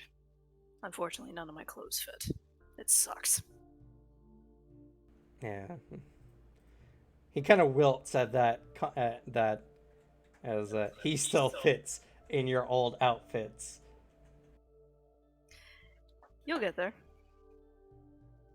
You may hit a growth spurt sooner than I do. Just gonna No. spend some time with Vikings. I appreciate it. I do, but brother, please Very stop well. trying to make me feel better. I apologize. But please don't take my show of support as an attempt to make you feel better. I do believe you will improve. I do believe you could one day surpass me. It's not to make you feel better. It's because I have that much faith in you. And he politely backs out of the conversation to not make things any more awkward for his brother out of respect. Roll persuasion. See if you can convince him.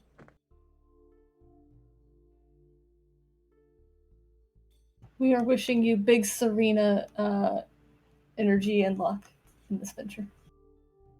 Channeling through the earring. Oh, she's been listening to this whole time, just like, no, that wasn't the right thing to say. Oh no, you should. Oh, well, that was a good one. That was great. Oh, did you touch his shoulder? I feel like you touched his shoulder there. You probably shouldn't have done that. Come on, mastery transfer over. That is 160. I am Not 5 short of bad. an open roll. Nice. Okay. All right. So as you do so, and you back away, he's just kind of left contemplating what you've said. And thus the clock begins to move further as the time for the dinner quickly approaches. The servants leave in an orderly fashion, with Laura and Teve up in front, the mother very close behind, and the two twins following behind the mother. Going to House Amoros. Everyone has gathered together. Well, all the upper house members anyway.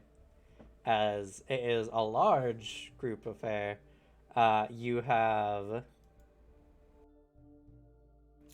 Donovan, who is wearing something close to like a like a fancy militaresque kind of outfit, while Chistoval is wearing a much more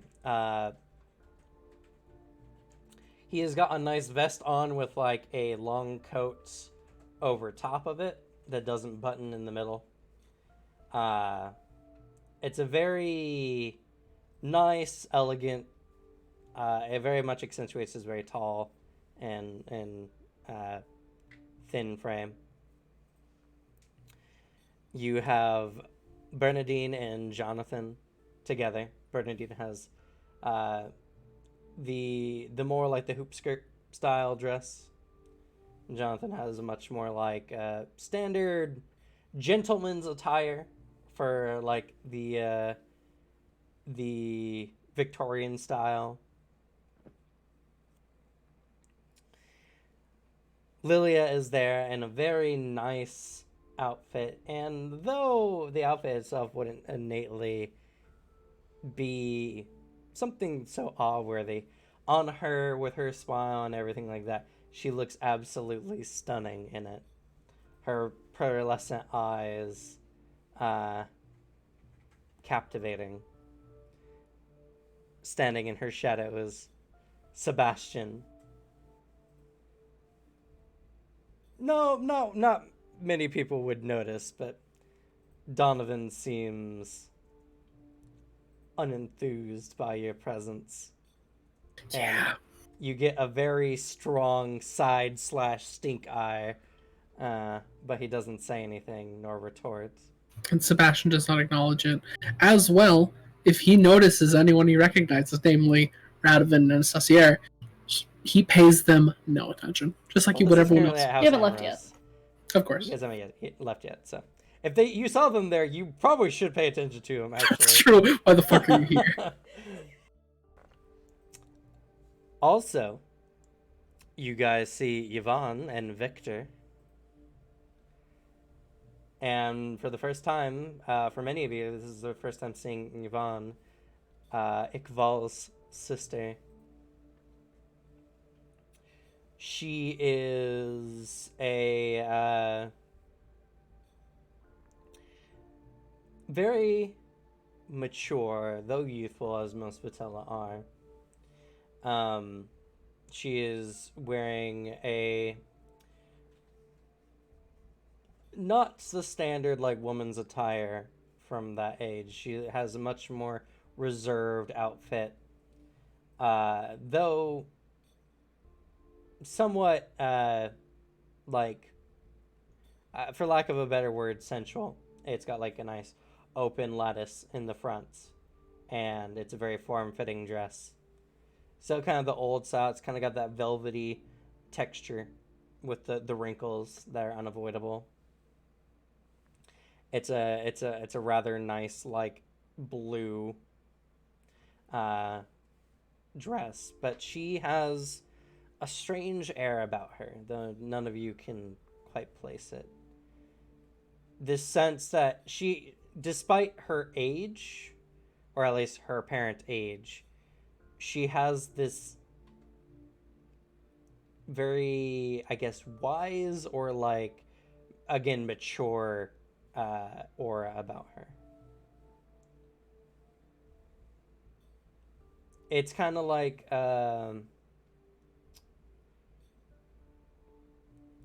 I guess the best way to put it, it's really hard to describe.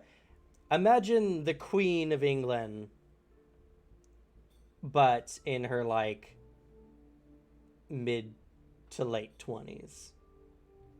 She's got that air of like regalness to her, but she still is that very youthful, and the sensual dress almost seems to contradict the maturity that you sense from her. Well, Victor is a little bit more spry looking than Jonathan, whom is his father. A younger looking Vitella. He just looks very infantilized next to Yvonne. Though he does look like a man who's in his like early 20s. The two essences they give off give it a very like a feeling of a large age gap. He's got a youth and vigor to him that she just seems to not have. And this is your guys' first impression of the two. So it's very interesting.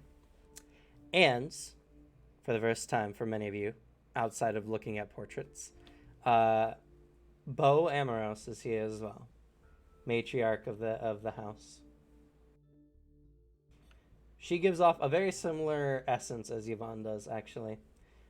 She has a nice dress with the bustle, but it's kind of like an open top, similar to what like Susanna's wearing now. She's got long, dark hair, and she is she's got a face very similar to Yennefer from The Witcher. The Witcher.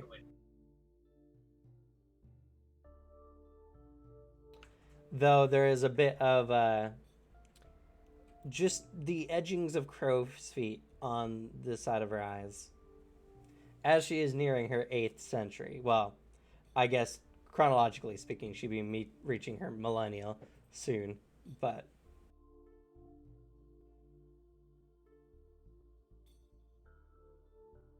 the torpor doesn't seem to have aged many of the Vitella. So, well, aged as much as Vitella age.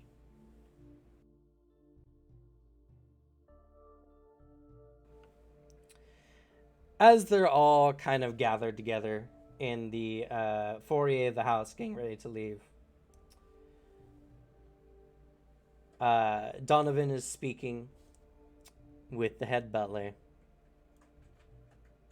Godfrey, giving him explicit orders to keep everything in order, keep the deviants in line.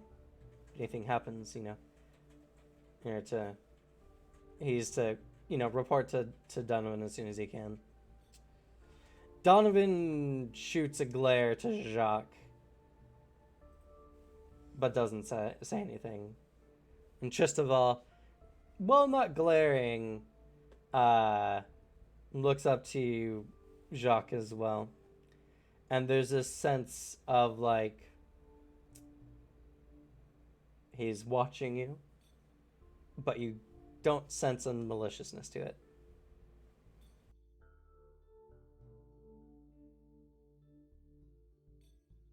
Take a look. It's fine.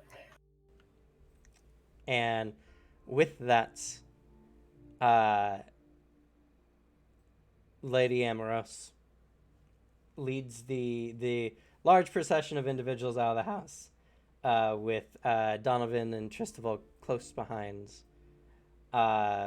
Then comes Bernadine and Jonathan, who are walking somewhat evenly with Lilia, who has Sebastian about 5 paces behind. He's got this exactly. Jacques told him 5 paces behind at any one time, except when sat down for dinner. So, Sebastian is eyes dead ahead. He looks completely robotic in this procession of individuals. He's one of his own summoned automatons. And for anyone who's paying close attention to him, you watch as his speed is kind of irregular.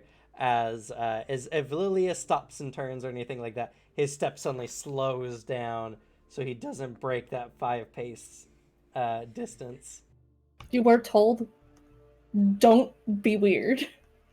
He doesn't think Unfortunately, the list of all the little things that you do that are weird to people is like exhaustive. Yeah. It's like sometimes you don't blink often enough, and it's slightly irritating. Stop moving so stiffly. You act like you've been sitting for 5 hours. This is what happens when you float everywhere. Yeah. And have no human interaction for years since you live in the fucking woods. Following up the rear is Yvonne and Victor, as you all begin heading to the estate. And just as everyone's heading off to the estate, as soon as the door closes and locks, it's just that caramel dancing like through the windows, blasting distance. Someone hops on the table. Body shots! Something's already on fire. no, what's that song? The guy who slides in on the socks. Like, Oh, that's, that's what is it? We all blinked because Cameron asked, and any of us who knew it, it just whoop, gone. that happens. A weird cognitive dissonance. Oh, now I gotta look it up.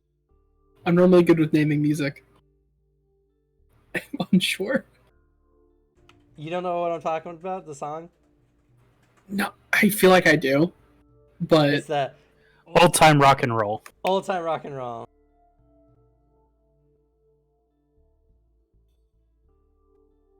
That, or it's the Jacques and Serena standing in front of the oven. Jacques with the trumpet and Serena.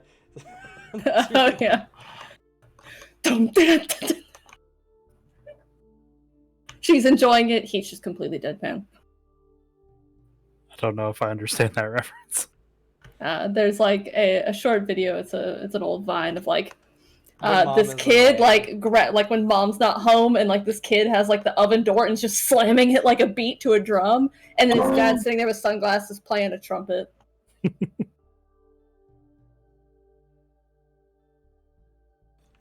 Anyway, silliness aside, we are going to take a quick 10-minute break because I don't want any interruptions during the next few scenes that we're going to go through. That doesn't bode well.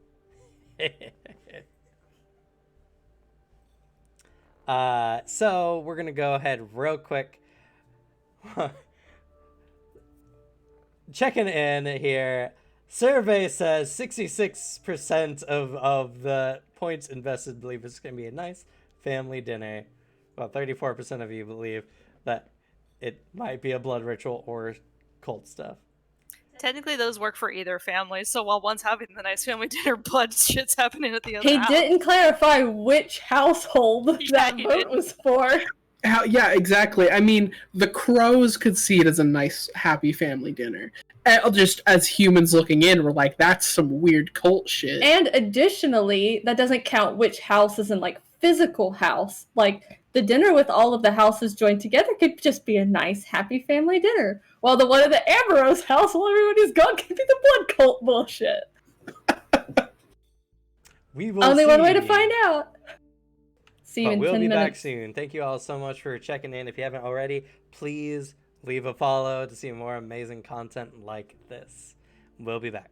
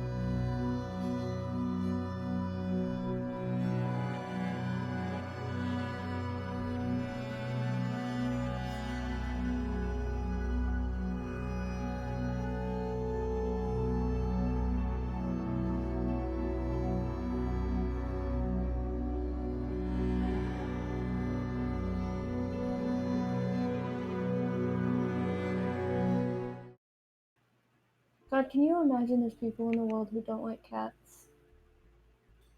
What's it like being wrong? I know, right? Also, I have some good news. I got my first payout from Twitch earlier this week. Nice.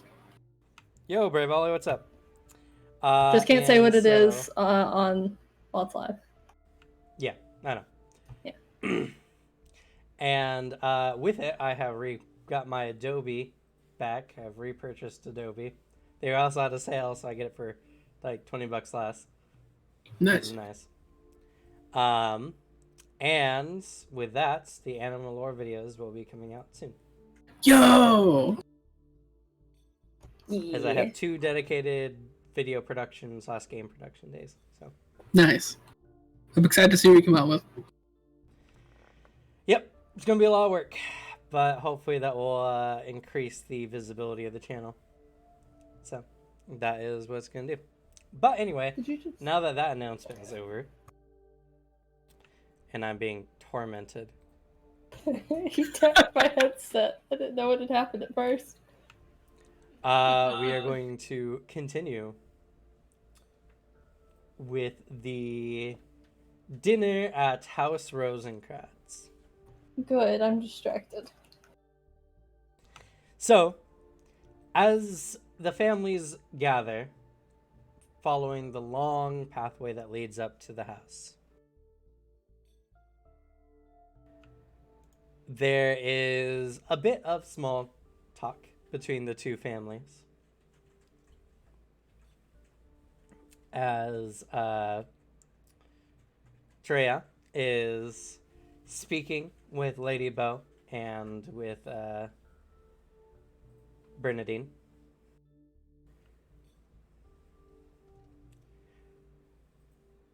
Lauren T speaks with Tristaval and Donovan. And the rest of the families, kind of stand off to the side. It's customary, at least here in Rosencratz, that everyone gather out front first, and then you're all entered in at the same time.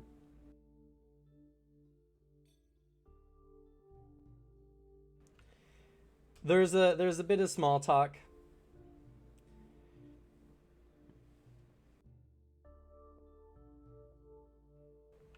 And Lauren Teeve notices Sebastian, and he leans in and asks, like, "Hey, so you guys decide to bring a human along? How's it like having them work in your house again?" Donovan just sits there, straight face, and like, "They're insufferable." Sometimes literally.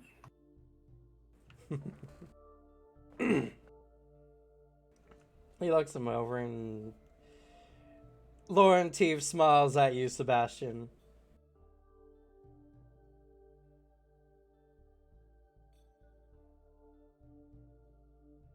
He politely acknowledges it. It's like a Yeah, head yeah. nod. Just notice he's talking to Donovan. It's like, oh no, he's hired the assassin. And it's all nice. Suddenly, the front door as the House Rosencratz opens. And there, standing at the center of the doorways, is Iqbal Rosencratz. As he acknowledges everyone who has arrived, he gives a polite bow, and he makes a wide, sweeping motion with his arm. "Welcome to House Rosencratz. Please enter." He turns and motions. Amalia is standing next to him, and beside her is her mother. Amalia is a very short, or not very short, she's about Anastasia's age, or at least in appearance. She's got nice flowing red hair. It's got a nice amount of volume to it, and it kind of comes out to a nice curl at the bottom. She's wearing a nice stately dress. It's a nice like dark red cover or color with a black lattice in the front. Her mother is standing next to her. She is very, very closely, like, she's obviously related to Anastasia's mother. Obviously, they're sisters, but they have a lot of key family, you know, they look very similar with some slight differences, but she is standing there in a nice black dress. It's got a busto as well, and kind of that velvety texture to it. And the three of them there stand at the attention as you all enter in. You guys filter through, and the members of the house seem to know where to go. As they enter in through the main foyer, they then take a right at a hallway that sits beneath a set of stairs, and then beyond, like, the entry foyer part of the estate is a large dining hall. The roof sits at about 30 feet tall. There are hanging chandeliers with candles that are lit in them. The table is long. This table probably seats about 50 people.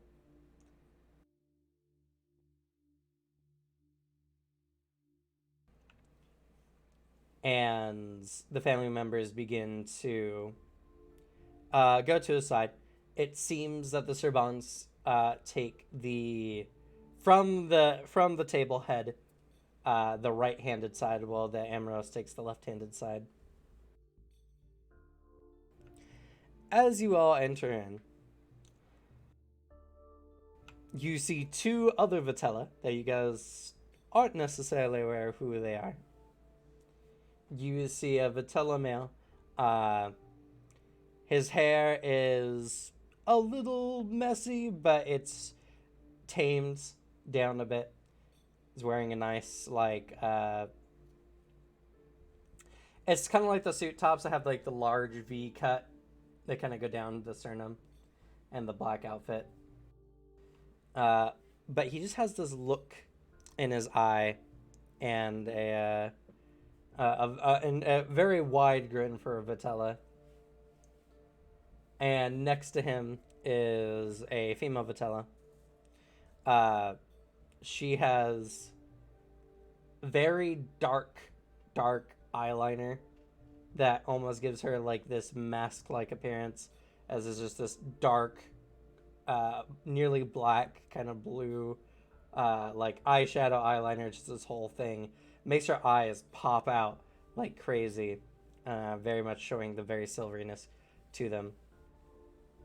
And she has a uncharacteristically gray hair that has a thick kind of curl to it, and it's been tamed into a messy ponytail, but it's like the half ponytail where the band is about, like, towards the top of her shoulders rather than against her head. These two stand to, like, near the head of the table, but like near the wall, as they both are there. They both seem very happy. I mean, obviously the guy with his big smile, but even the woman, she has this kind of eager smile to her. The family members filter in, leaving a few chairs at the head of the table. The Serbans sit down, and then the Amoros fill out the other side of the table. it makes a very uneven display, as they also seem to sit in a hierarchy. Family heads towards the front, followed by the next in line. This would place Anastasia across from Brenadine. Or no, this would sit Anastasia behind, or across from Brenadine and Victor. It's too many people. Yeah, no. Brenadine and Jonathan. Tristobal and Donovan, though they took ahead of the procession leading here, sit at the end of the table, allowing the family members all ahead of them.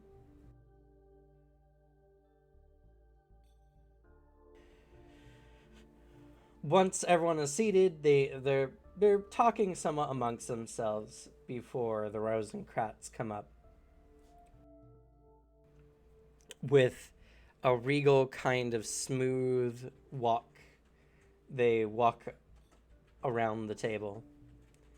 Iqbal is sitting at the head, with his wife to his left and Amalia to his right. There seems to be a chair left empty, though. And there was no sign of Radovan at all. You've not seen Radovan at all. Let's hope he didn't get his sister's treatment. Let's hope He's my not. boy. Cameron, you're not allowed to hurt him.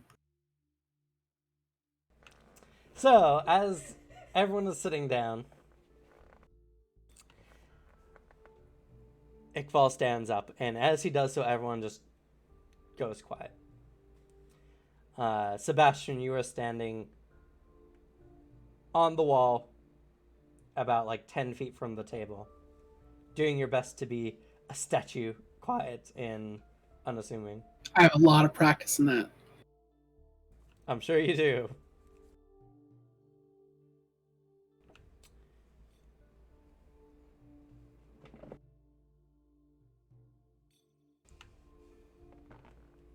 I'd like to thank you all for coming to this dinner this evening.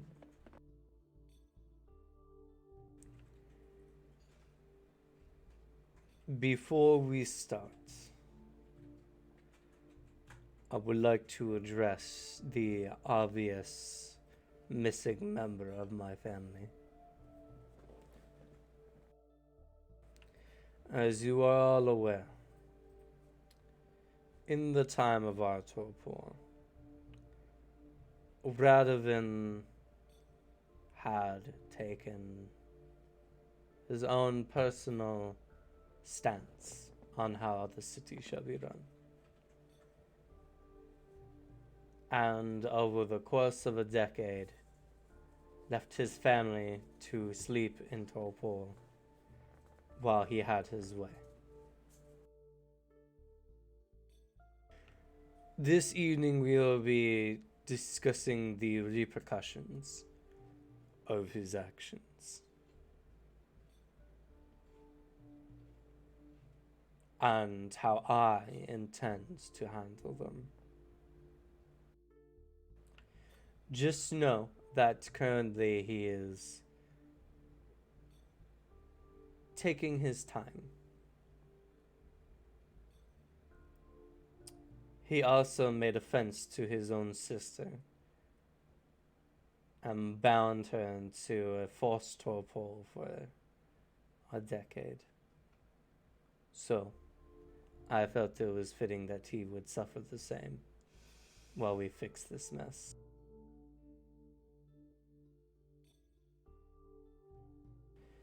Once this punishment has been dealt out, then we can go on with the further repercussions and dealing out what we should do with the arrogant boy.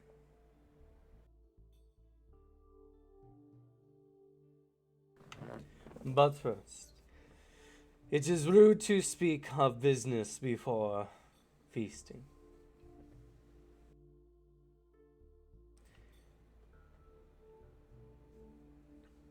And he motions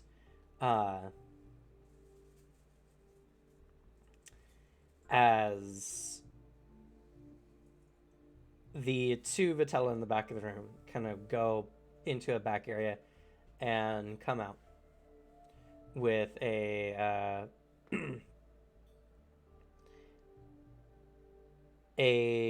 what looks to be like a tub, but much more ornately decorated and designed, almost as if it's a large goblet in a sense.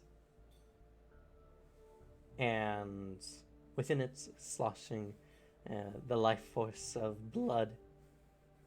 And as it's kind of whirled next to Iqbal, he motions with his hand, and streams of this come up, swirling and twisting out before going along the length of the table and dispersing evenly into the various goblets in the room. I guarantee that this will be palatable and fresh.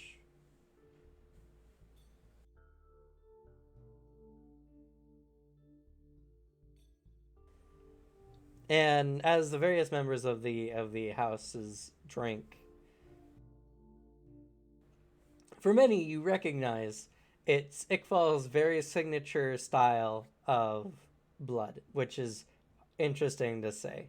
But due to his particular abilities, he has the ability to alter the flavor and richness of blood, and they remove any impurities from such. It's kind of a purified blood in a sense. It's a very rich and smooth flavor that lacks any too strong a flavor in any one direction. At least we know that he used the blood of the two from the Amoros to revive his family, and that he's not going to feed that back to them. Yeah, and obviously So it doesn't bode well for the not so much donors of this.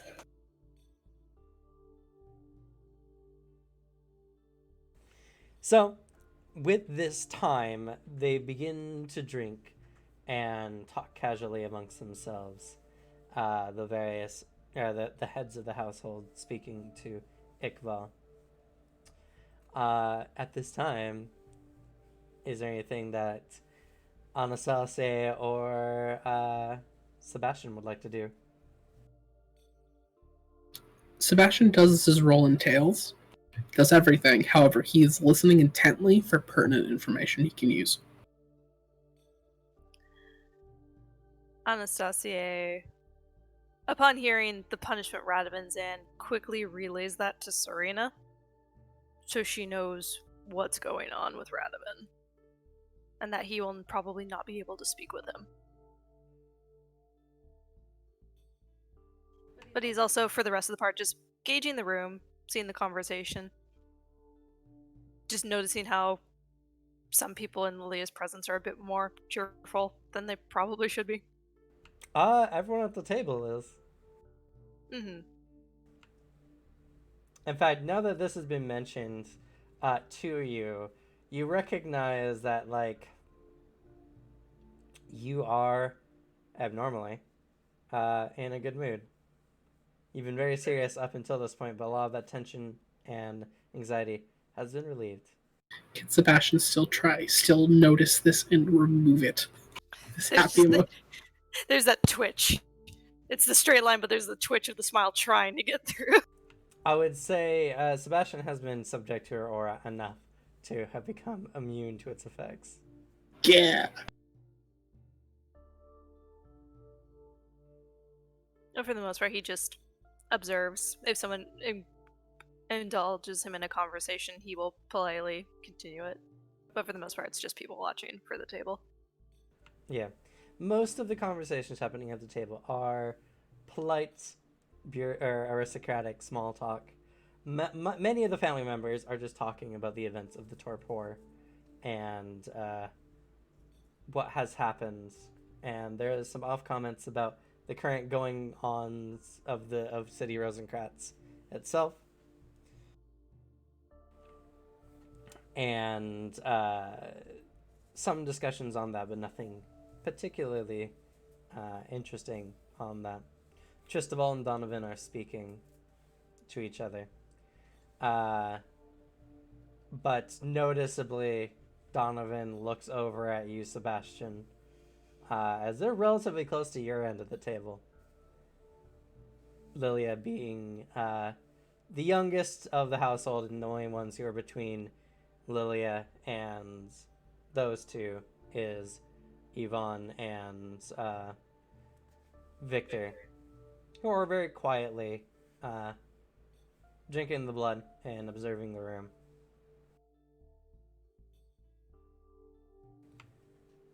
But their conversation seems to be much more hushed and not intended for eavesdropping. As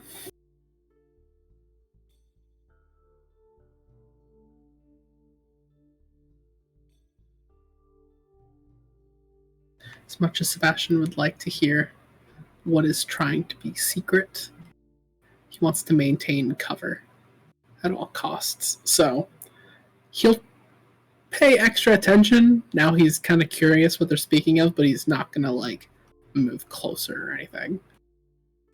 Unfortunately, without any hearing enhancing abilities, you cannot hear what they're saying.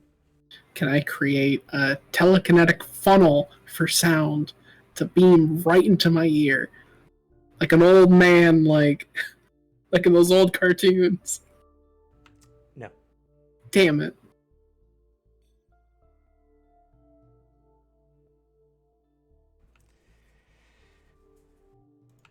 So, as this is all happening, we go back to House Amorous. Now that the deviants have been freed. Good luck. I hate this house party already. Shortly after the leaving of everything is fine at first. At first. At first. But shortly after everything is going, and you guys are not like rushing up to like go sneak in the doorways or anything like that. You're waiting for a good opportunity. So this time that Rune enters the house.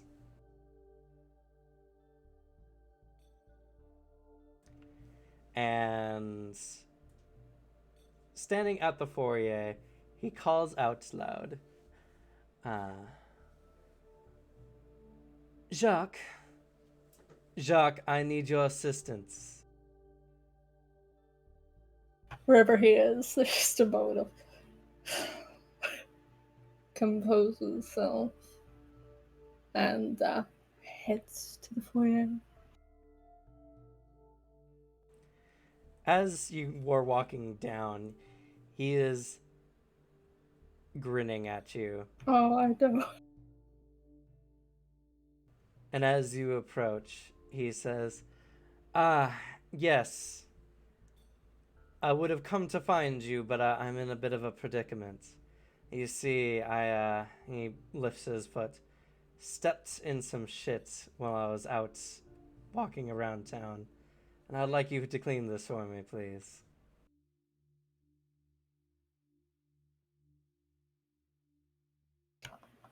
Just keeps up the same bland expression he normally wears, and of course, would you prefer to have me take it with me? And gestures towards wherever, like, I guess the room with all the cleaning supplies is by the kitchen, I think we got told. But... Yes, you guys were told. Or would you prefer me to fetch something and bring it back? Please fetch something. I would not want to walk across these dirty floors in my... Of course, I'll have somebody to clean the front foyer as well.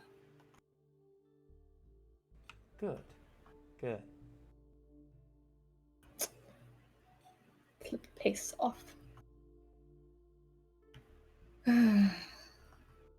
You go and fetch the supplies. Catches one of the others to inform them to fetch a broom and mop to set to the front floors as well before he returns. And as you do so, he holds his foot out.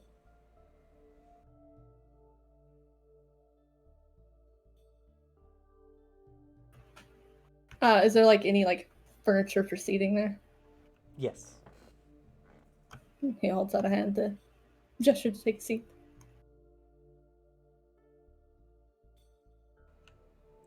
He just says, like, I wouldn't want to make more mess than necessary. Don't worry, I'm good at keeping my balance. And he, one leg behind the other, and is forced to deal that and clean the bottom of his shoe with a fucking rag. It is repulsing. It is. But he just thinks to himself, he's like, it's alright. Radovan owes me. Radovan owes me. Radovan owes me. As you're doing so, you Thinking can... of how much Arthur must be getting the shit kicked out of him in that forest.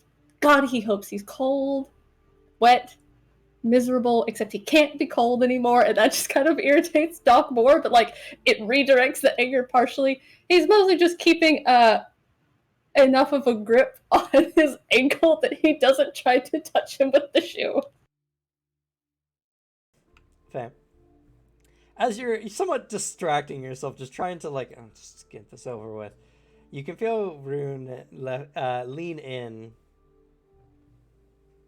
and he says, in a somewhat mocking tone, make sure you get every last bit of it out, and polish it nicely after you're done. Awesome. Doc is nothing if not thorough when he does do his work. True. And to be fair, like, it's more like demeaning than it is necessarily like the nastiest thing. Because like he's been elbow deep in people's torsos before, like cadavers and stuff. So it's True, just but the that's not the situation. part It's the power over your head. It's just the worst Yeah. part. And his comment is keeping you in the moment. You can't really daydream off. No, but he can continue to think idly to himself. Yeah. Anytime your thoughts wander too much, he leans in again. This time in a somewhat quieter tone. I heard you're looking for information.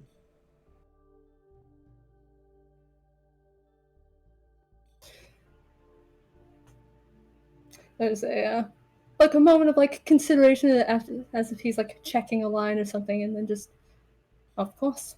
Did you enjoy your evening out, madam? I did.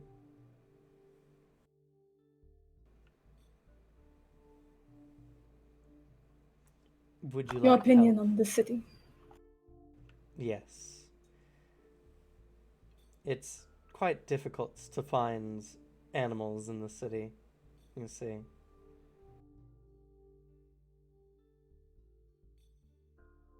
Dick. He leans in again. Don't change the subject. Would you like help finding this information that you seek?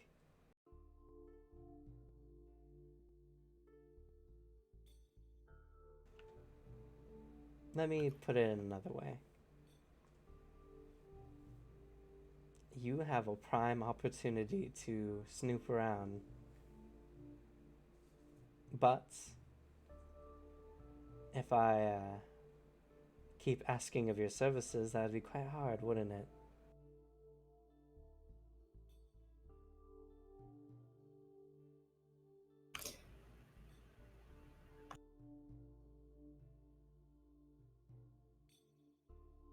Don't get me wrong. As much as I'm indebted to Lady Bow, it's not like I'm overly tied to the politics of this house. Nor do I have any undue allegiances. It's kind of a low hum of consideration. It's mostly me struggling to word stuff. Well, that is the reason I asked for your opinion of the city in general, as that is part of the relevant information. After all, things have changed while you all were asleep. Have they, though? Sure, the city is bigger and there's more people. But the Vitella don't change so easily. And before you know it, we'll all be back to the way things were before.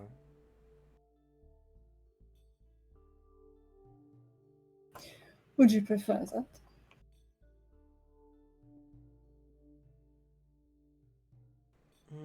He puts a finger to his chin. Whether you're contented or not. I think I like things the way they are now. It's better knowing that you know the difference between us, he says with a curling, wicked grin. People are more increasingly aware of the differences between them and the oddities of this world. Rosencratz has only changed minutely compared to other places.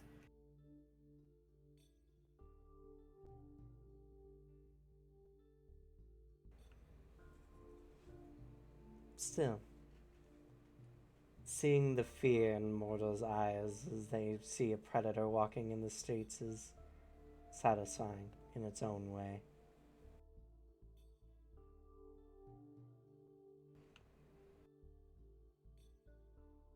Streets fucked.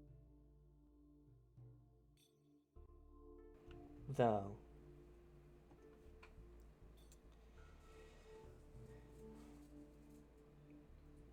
one way or another, it would be quite hard for things to stay as they are, with Lord Iqbal having his way.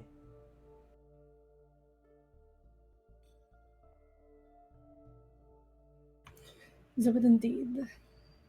I've not heard much about Lord Iqbal, but enough.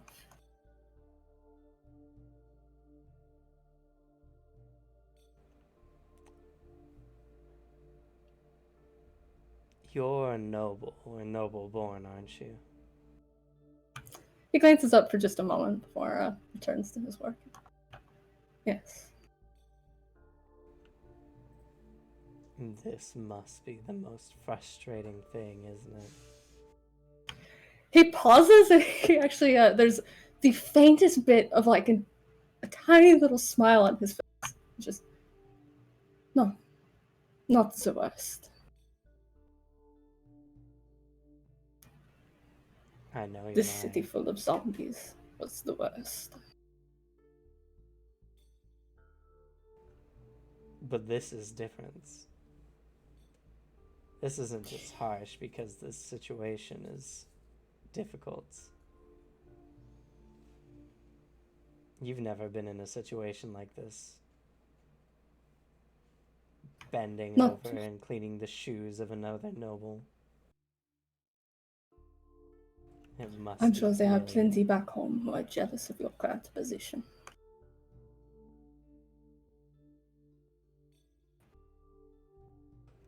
I'm just going to offer you a deal.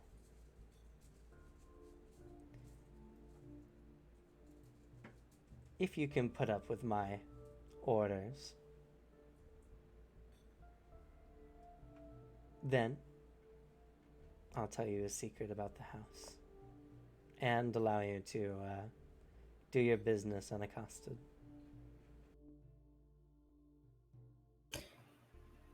How can I help, my lord? Sorry. How can I help, my lord? As you say that, the wicked grin he had before only increases as the somewhat Right of it owes reserved him. Rune definitely has a wickedness to him. One beyond what his appearance would initially give. Well then, I guess we better get to work. From this point forward, Rune will have you do the most debased, humiliating chores he can imagine and lord over you the entire time. Whether it's having you get on your hands and knees and clean out the dust from beneath his bed, to cleaning every inch of his room, only to be chastised for not doing a good enough job. Which is a fucking lie. Which is a fucking lie. And you know he's intentionally re-dirtying things. Radovan owes him. And for once, Doc's already 2 in. There's no running. God, but does he want to teleport out of here and just fuck off? Not only that, but he has you give him compliments frequently. Okay. Admittedly, they're probably a little dry in terms of like the but I mean, Jacques pretty honest with his opinions. He lords the situation to have you do it as earnestly as you can manage. It's the thing that irritates nobles the most is watching other nobles be super haughty and just having this person it fundamentally clashes with your noble upbringing. Mm-hmm. And oh no, he fucking loathes every second of it. Yeah. So speaking of which, you have a couple options here. But first, you can either make a series of composure checks, or you can make one hard composure check. I think since he's having to do like a whole bunch of different tasks anyway, to just do a series of them. Okay. And sometimes he'll probably take it better than otherwise. If you're doing a series, this will be a series of 4 composure checks. But I'll have you set the DC. The DC is either a base 80, as this is something that you're doing for the job and you're very focused on. But I'll let you decide. If Jacques takes this as particularly offensive, you can increase the DC to 120 for no benefit, other than just narrative. Oh no, it's super fucking... He's incensed the whole damn time. It's a 120. I figured. Especially because plus it's against somebody whose like perception is already going to be so keen. Like, even if he does roll really great composure, Rin's gonna know that it's bothering the fuck out of him. There's no way around it. So, need you to make 4 composure checks for me, please.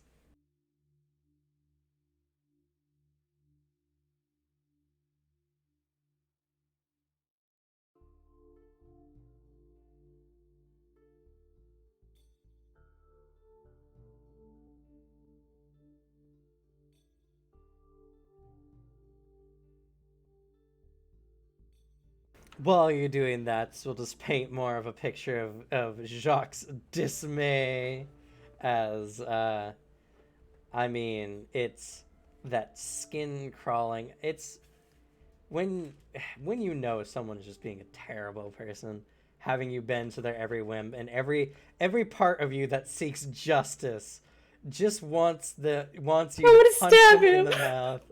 I would have stabbed him. Just like shove a bloodied hand right in his mouth and watch him wither.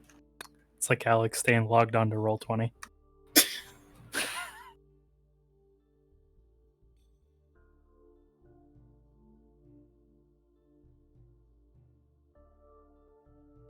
Alright, well the last 2 were the exact same roll. You know, I'm glad I put a decent amount into this. Though, by the first roll, you'll probably be able to tell roughly how much is in it. Fair. And why I didn't go with just 80, because it would have been too easy. I should have made the DC higher. It's okay. I open rolled on 1, though, but I open rolled to a, 1 or something, so... The only thing that's keeping his face straight is that every now and then he manages to compartmentalize it enough where he's focused on the task and making it the best. He's relying entirely on how anal he is about things being perfect to keep his head level. But that does not change the fact that this entire time he feels disgusting. It's almost that he imagines it's what it feels like when watching things like wither away from his touch. This is how he feels on the inside. Like all of his organs are just curling up in disgust.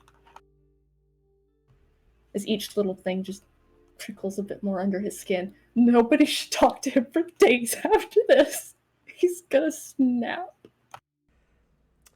So, after your first composure check, which was kind of a little less, it was just the situation was a lot to take in at the moment, and it clearly bothered you, even to someone with not necessarily a trained eye.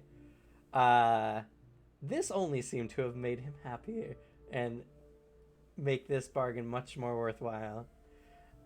After that, though, you seem to have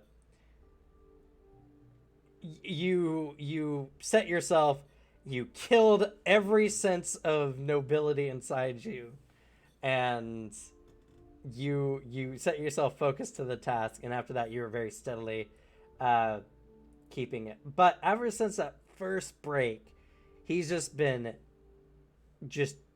riveted. Even the better you hide it only seems to make him happier, knowing Because he knows he's having to try even harder to clamp down on it.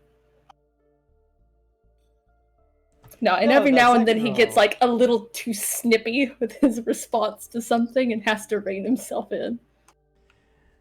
After the second roll you make there, he definitely was scared that you were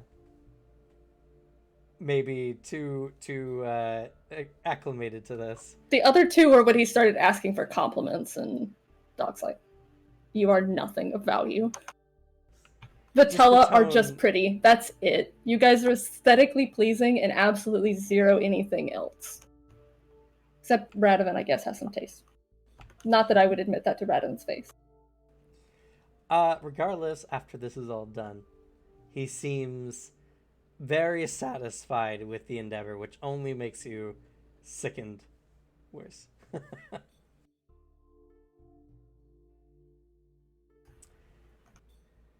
His break day's gonna have to be tomorrow because he's going to be wasted.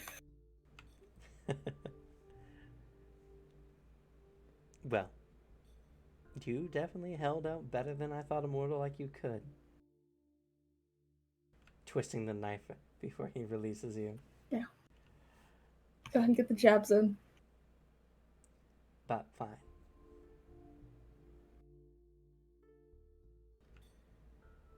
I'll give you secrets that no one in the house but myself seems to know. Lady Bow has already picked a successor. He leans back. Well then. Get snooping. He turns and just leaves you there without letting you say a thing.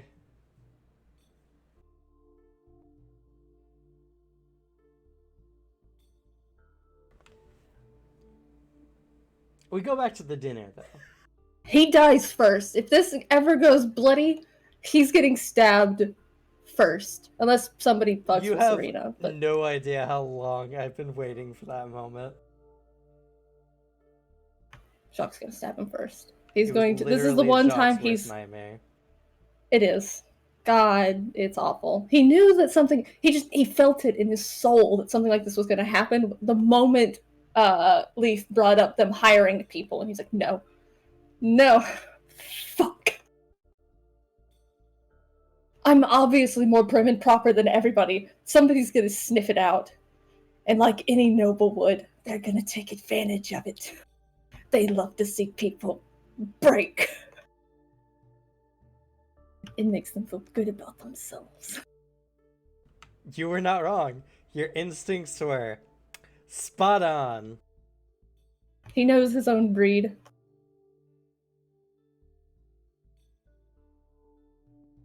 But yes, we return to the dinner of houses.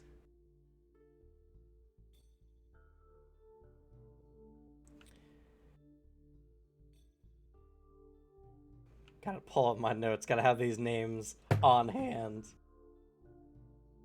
I'm actually curious. I might have missed it before, but was there any crows at the party as well? No one knows. Not that one's we ever openly seen know. them. Technically, Anastasia would know where their house is, but he hasn't said anything about it.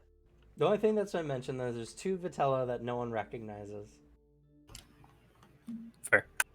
They're the blood cult smile ones. Whatever gave you that idea? Because they're creepily smiling vampires. And one of them's a little too wide of a smile. So, after a little bit of whining and dining, Iqbal stands up again. And again, everyone just quiets.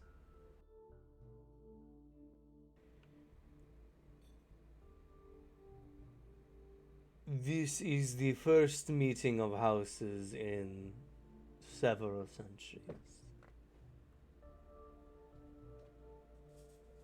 So,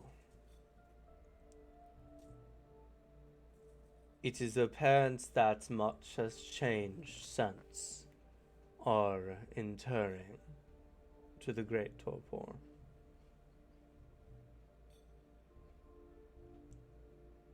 The world we live in is different than it used to be. The mortals have proliferated to a point beyond what we can easily manage.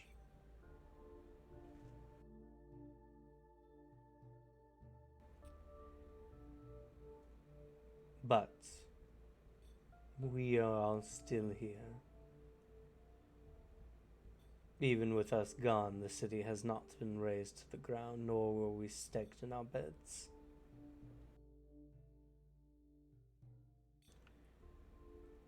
This small mercy we shall be thankful for. But the interventions of Radovan has endangered us all. To the point that if things continue, City Rosencratz will not stand for more than 5 or 6 decades more.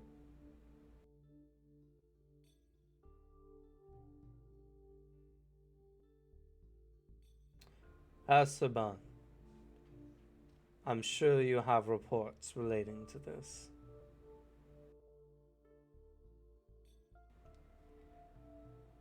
Laurentiev stands up and he bows to the table.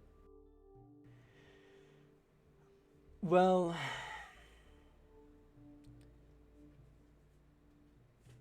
we have been meaning to keep this quiet to prevent any undue alarm.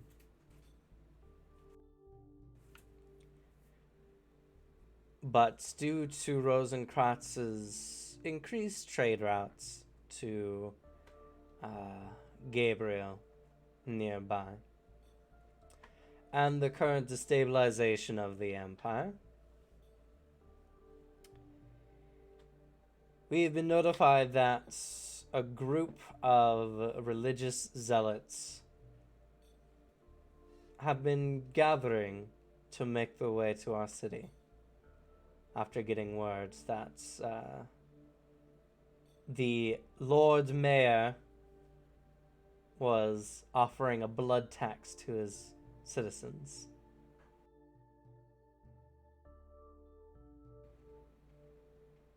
Obviously, the mortals would not understand the current circumstance of this, and such utterings fill them with fear. So, we are about to be besieged by inquisitorial members. By our estimations, 5 days from now.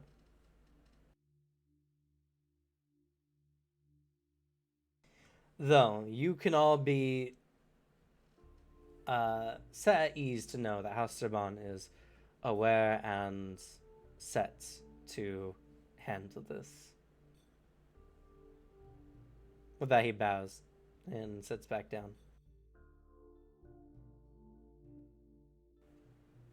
Laurentiev looks over to Anastasia. His expression somewhat sullen. Iqbal speaks again. This was inevitable. What we are extends beyond what mortals can understand.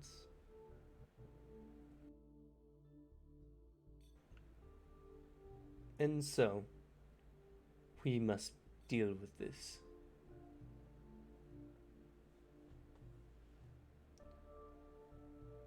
After conversing with House Crow, he motions over to the two in the back of the room, who smirk and give a slight bow.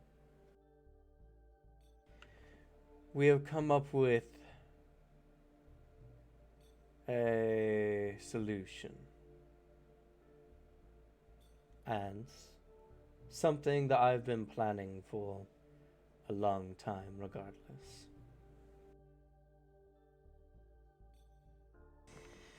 He stands upright more and he gets more serious.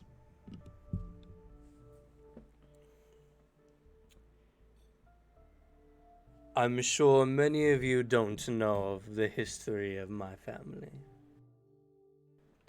Where we came before. Just that we have been proper lords of Rosencratz.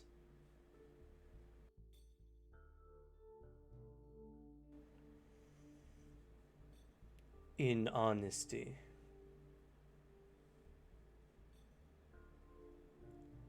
I killed my sire and my family before. Because they got in the way of the work that I have set my long life to set. To enhance the Vitello legacy beyond a mere millennia.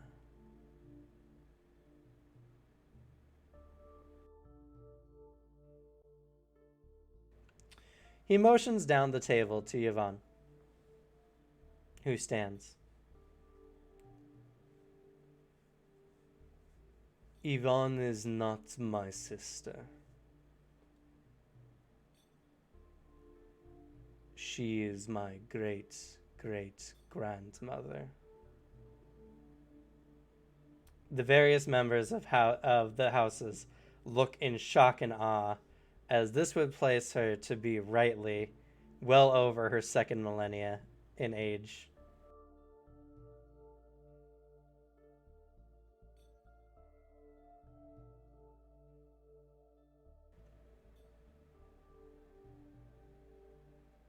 I have found through many years of hemomancy there is a way to purify blood to the point of extending a Vitella's vitality.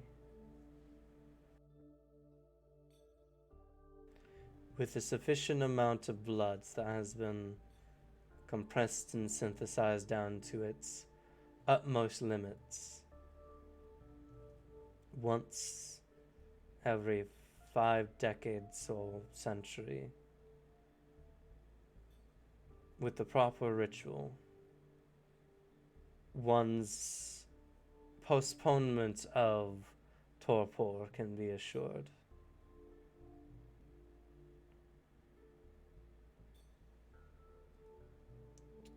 Madame, please, drop your blouse. As she reaches back and unzips her blouse and exposes herself, as there are thin blood red lines that cross her body in various intricate designs and diagrams.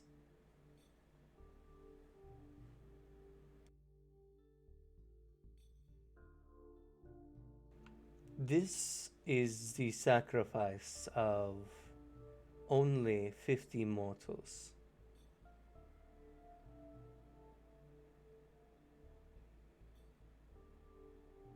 But when squeezed of their utmost vitality and refined to a point, this makes one mortal last us a year, despite how severe our torpor may have progressed. We are fortunate that City Rosencratz has expanded to such a degree as it has. And with the necessity to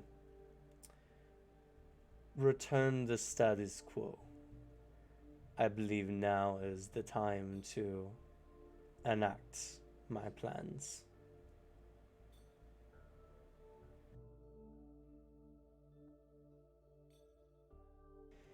I will be discussing with the various house members as to which family members they would like to revive.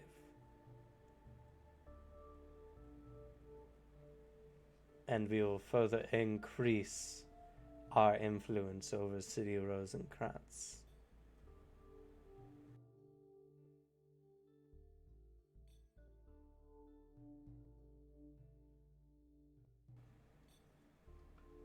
This has already been done for the head of House Crow, though they are not here presently. They are working on a way of pacifying the mortals.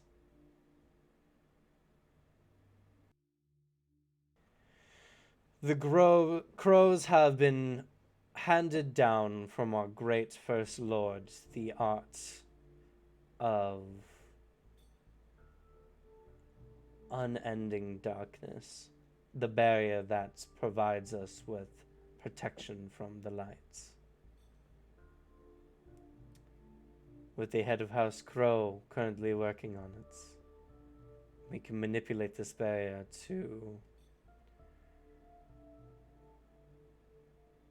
alter the memories of mortals that reside within the city.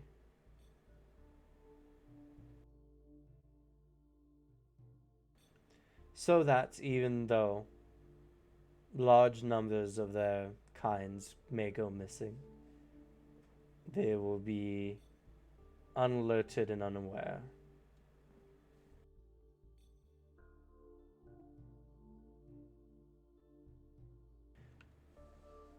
As such, once we deal with these inquisitorial individuals in 5 days' time, we will begin the act of culling City Rosencratz to revive the fallen house members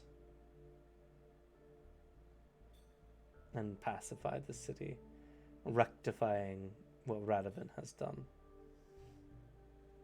Fortunately, Radovan has assisted us in some way because of their acclamation to our presence.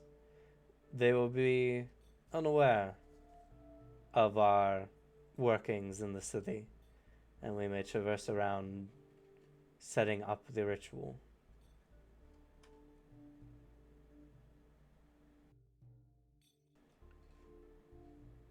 By this point, Lady Yvonne has re-zipped up her outfit.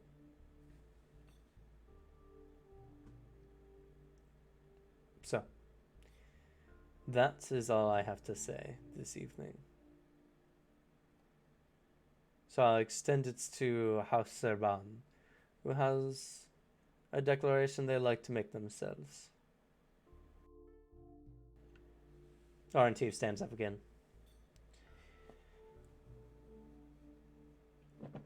Due to the Lord's workings,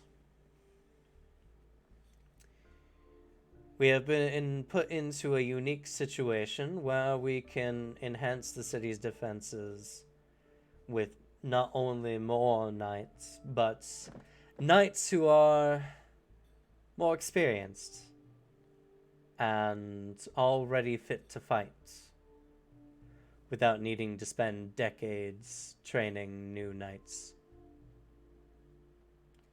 Regardless of this, he smiles.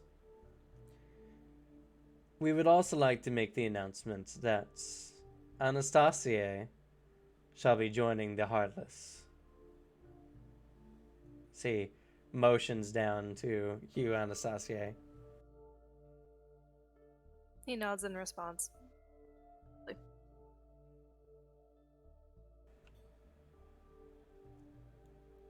We are very proud of him, and he will be a great addition. And considering that he has recently fought mortals on a more professional level, he'll be assisting us with our upcoming inquisitorial besiegement.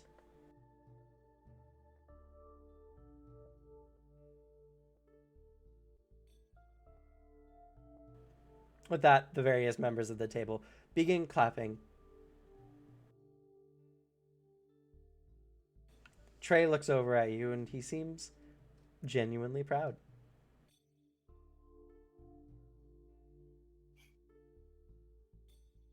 He's smiling, but not because he wants to smile. It's because of damn Lilia's aura.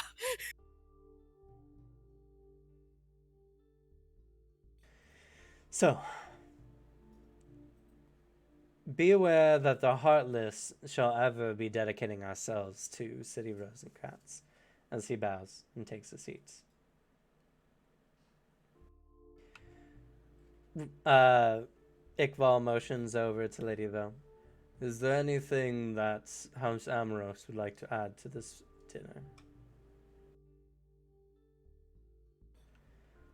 Lady Bell thinks to herself for a moment before politely shaking her head. Well then.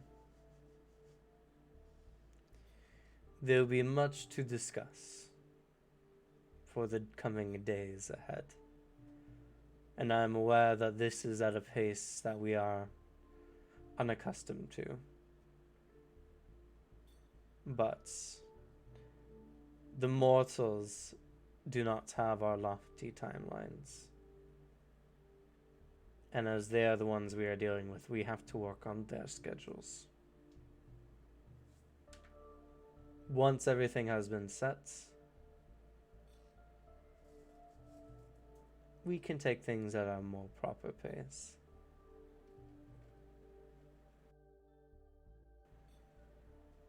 And with that, the dinner leaves its more official setting and kind of goes into a more after-party-esque time where the various house lords begin discussing the immediate future plans of the house. Serena on the other side of that earring. Horrified.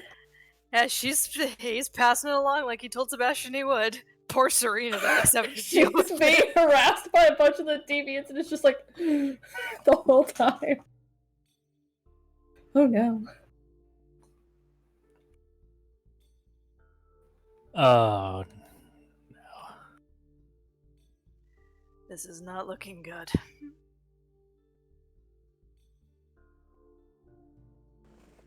So,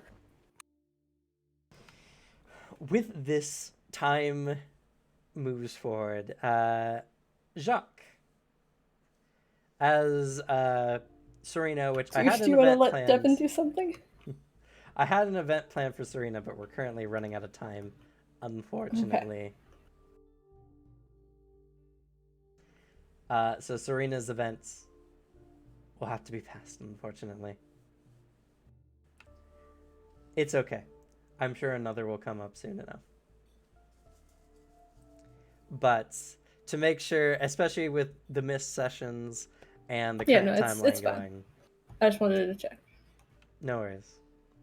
I was going to have a confrontation with the deviants of the house, Serena and Godfrey, and have things get a little violent. Oh god. They're gonna Guess- be fighting like cats and dogs. I'm guessing that's just a fun little teaser for Wednesday. Well, here. I want to give this to you guys properly. We can either finish up with this event, or I can let you guys in character meet and discuss what is going to be happening as your mission has been given a time frame. Because after 5 days, well, more like after 6 days, on the 5th day, something happens. And then after that, the city's minds could be wiped. So, I feel like you guys need to discuss this so that you can make a game plan moving forward. A lot has happened, and there's a lot to discuss. I think some of the planning could probably just be taken outside of the session, while in-character stuff can be dealt with after the dinner's said and done. But oh god, there's so much to unpack there. Yeah.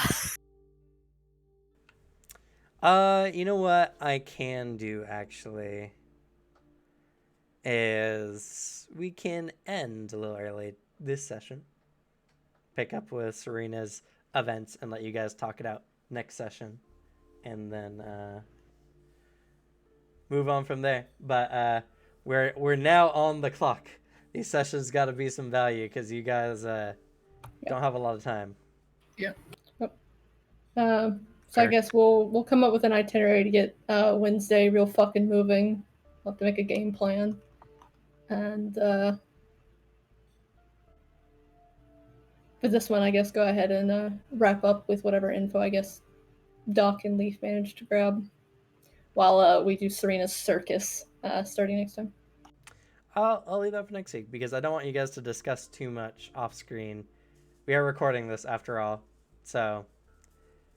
Well, a lot of it just ends up like a useless back and forth, and like we can still do the in-character planning, but that's whatever you want. Yeah, I believe giving you guys the chance to discuss in character and how you feel in character is more prudent, which is why I was thinking about ending with you guys having a discussion rather than letting you guys talk it out beforehand and then be all ready by Tuesday or Wednesday. So I'll leave out a little bit of information, so at the very least, you guys will have something to talk about next week on screen. Okay. But let's go ahead and do experience.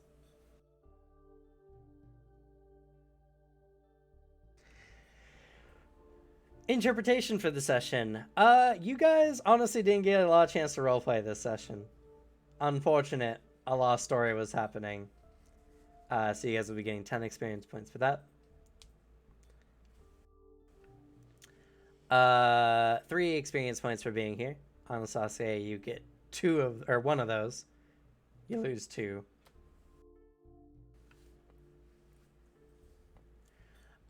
Since we found out about the whole -2 rather than -3 thing. Difficult actions. None particularly this session. Not a lot. Again, not a lot has happened. Good ideas or plans. The only real difficult thing was not stabbing Rune. And you'll be awarded for that properly, I guarantee. Yeah. No segment closure. You guys get 10 experience points for the Let's Keep Up with the Critical Crypt group. The Face Award goes to Jacques. Because composure is a face skill, after all.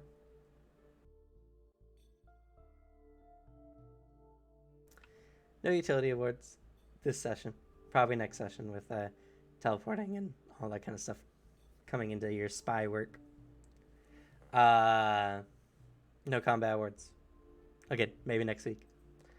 Man, I feel like we did not have enough time for everything that happened this session.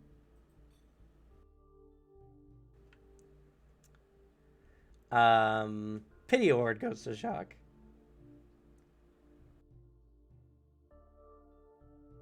We can let one Inquisitor into the city, right? And just happen to lead them mouse to cheese. Cheese's room. Toss Salem in there too, maybe. And So- Iqbal, but I don't think an Inquisitor could take Iqbal. Not one Inquisitor. Need a whole army. Maybe of a them, probably. High Inquisitor. Let's hope there's none in that group. We're gonna get rolled if so. So, player nominations and/or kudos. Player pity award to Devin for playing Genshin Impact probably the whole time. Oh no, I just sat and listened. Oh, It's okay.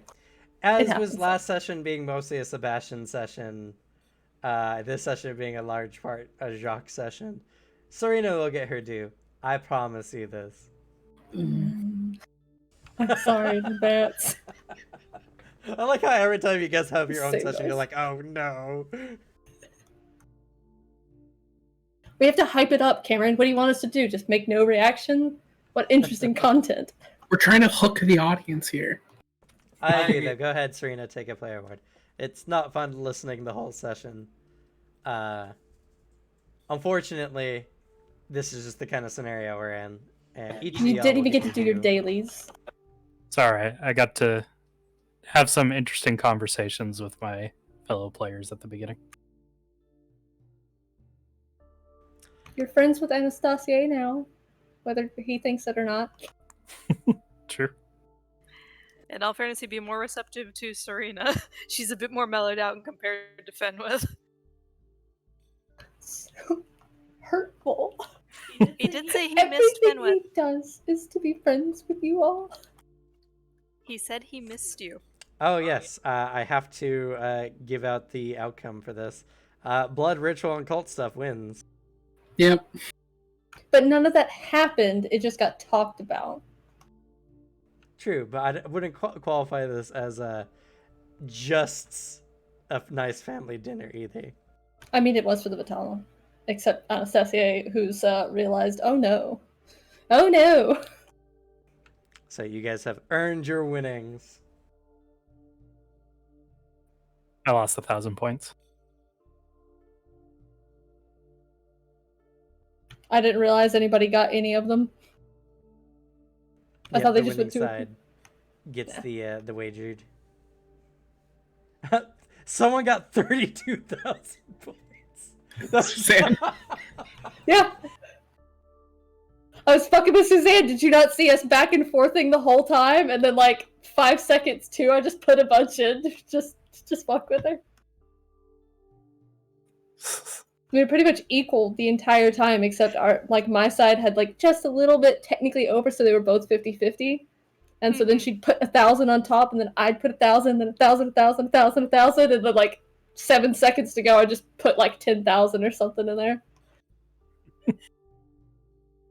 I love these predictions. I can't wait till we get more people to get invested in them. Unfortunately, I put that energy out into the world, and Alex, it failed. Oh, damn. And now you are solely responsible for all of the humans who are going to be ritualistically sacrificed to the Vitala. Ah, shucks. Aw, beans. Sebastian cries a single tear, and only because somebody cut onions. Any other player nominations and/or kudos? GG on getting a good role for your conversation with Trey. Yeah, I was very happy for that. It's going to really betray him when you decide to go against the family. Yeah, it's Oh, gonna yeah. be slightly Oh, yeah, upsetting when you kinda hard. admit, hey, you remember how I got like that great thing of honor offered to me to become one of the Heartless and put my heart on the creepy ass mantle of family pride, except Mom doesn't agree. I did none of that. In fact, I did the exact opposite. I did not chase after Radovan to get him and bring him back. I left before Radovan and just happened to swing by and pick him up, and he was already on his way before me. Oh yeah, by the way, I'm abandoning the family and joining this group of humans that seem to understand me much more than y'all do. Bye! Yeah, also, I don't agree with any of these plans. I think that humans are actually kind of pog. What's that mean? I don't know. It's something they say I nowadays. love the Vitella just saying various human phrases. Like, this is cool, right? Yeah? Yeah? Oh, you had to kill your whole family because they were in the way? Sad champ. Oh, I killed my Did I whole use family. that I puppy? throw you under a bridge. That was a good old demon saying. And you didn't really put any nominations and or kudos. Kudos to the GM. That was a lot of people. Wasn't as bad as I thought it was going to be. No, but that's still a lot of talking on your part. There's a lot of names. A They lot didn't of do too much names. talking back and forth in between, like individuals, so it was mostly a general address, which makes For it some easier. reason in my head, I expected that dinner to be way more, like, talkative. But honestly, there wasn't a lot to go on. House Amorous is just trying to get their shit together. And the Sir Bonds is just like, oh, well, Lauren Tooth will do it. So, And the crows are just like, I just want to commit war crimes. I want to commit big war crimes. Sounds fun. You know what every wizard wants? To try really heinous experiments and get I've away never with it. tried mental napalm before. Should be interesting. Ooh, spicy. I find it funny that the cross is like the weird one of the crow family. And that's saying something.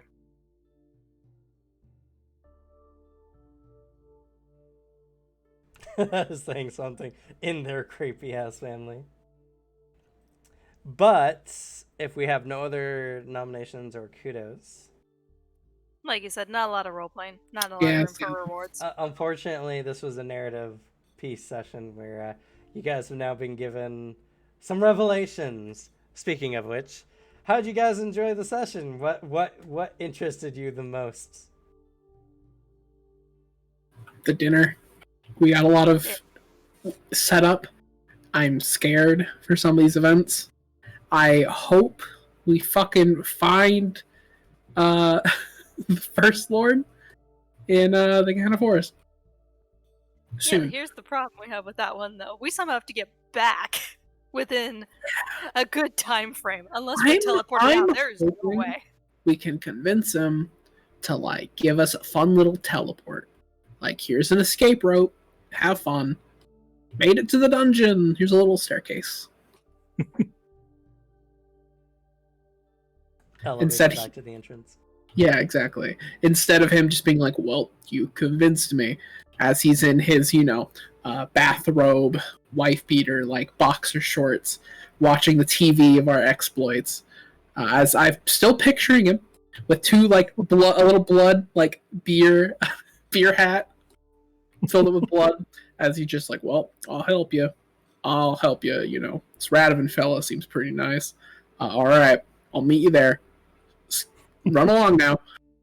Got a lot of forest to cross. That's what I picture. It's okay. Our group just has to come across the safety noodle, and we have to convince it to take us back to the edge of the forest. And I just want to say, I will be very upset if Cameron, if we meet the First Lord, he's not exactly like I mentioned, like how I'm picturing in my head. I don't know how I'll react. Fair. He'll just leave. Yeah, I don't know. I might attack him. Like, I might just start shooting Sure. if he's not just the That's so dude from blasted. the Big Go ahead. Lebowski. Pure darkness descends as you get OG mental napalmed. This is what you always thought I would be like. This is what I always thought you would be like. So, what was the biggest twist to you guys today?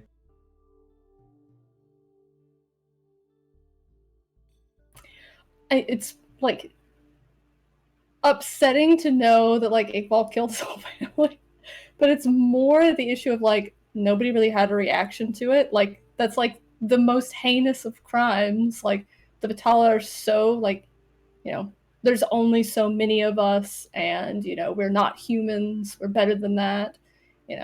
We can't just go around murdering one another. We live for so long. You have all the time to fix things or to find a way to work around.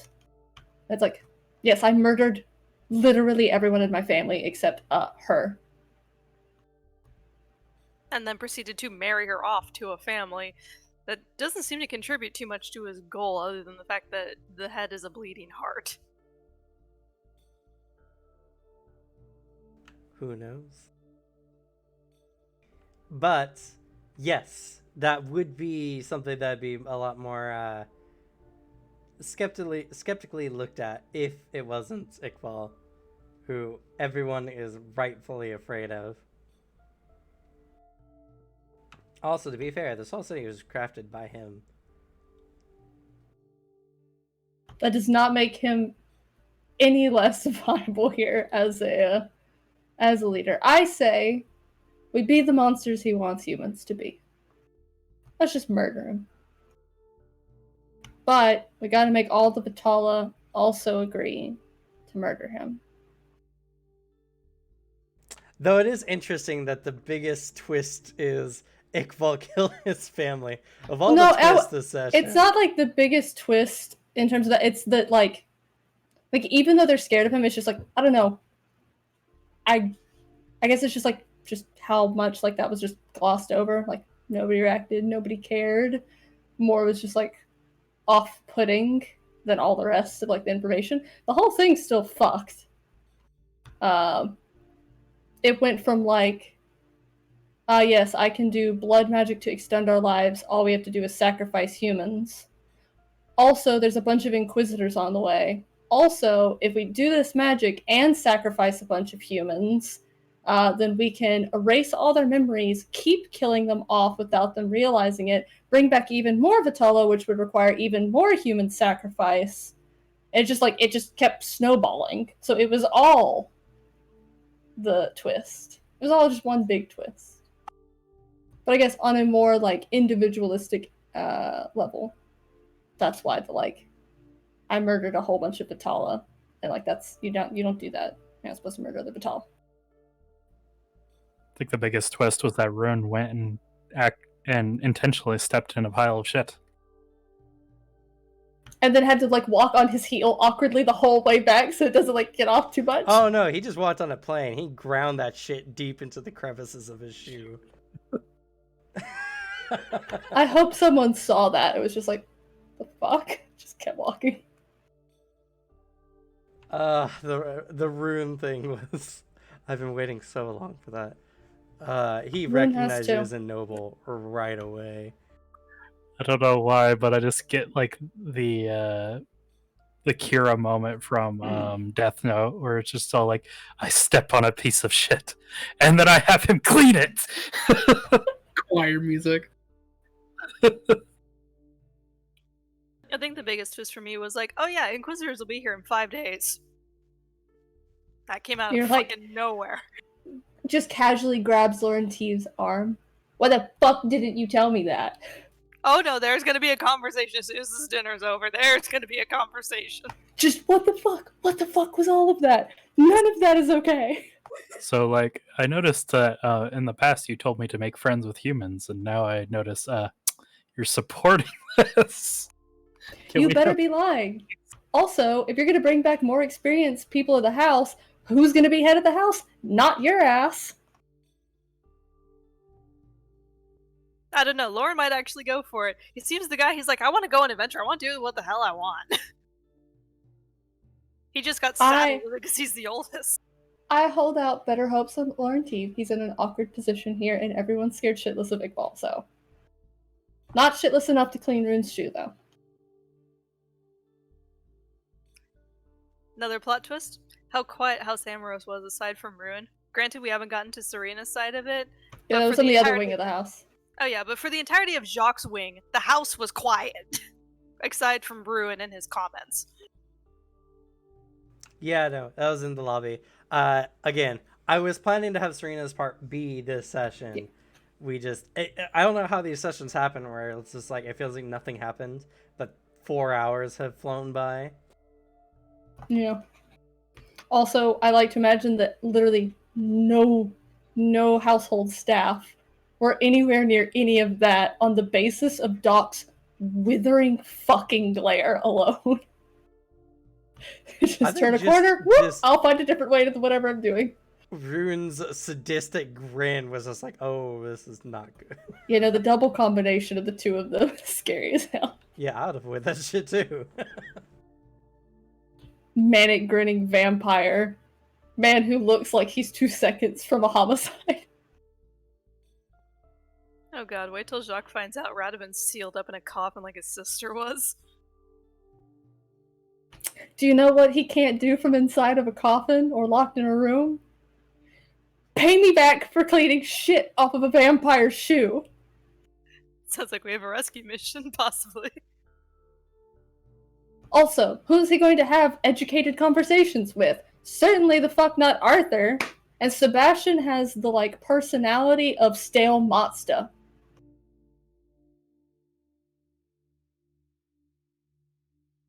What about you, Alex? What about this session stuck out to you? Like I said, the dinner. I think just having the plans laid out and like the time scale they're working on is fascinating. Of course, that's also stuck with me because that's what Sebastian was paying like a lot of fucking attention to. He doesn't care about interpersonal politics. He cares about the whole evil vampire plan of murdering a lot of people. That's what he cares about, and that was Constantly wiping memories. A small cockle of his heart went, oh, that's probably not morally good. like We feel a little bad about that. that could hurt me. We need to stop that. But no, it's the that moment was like, oh.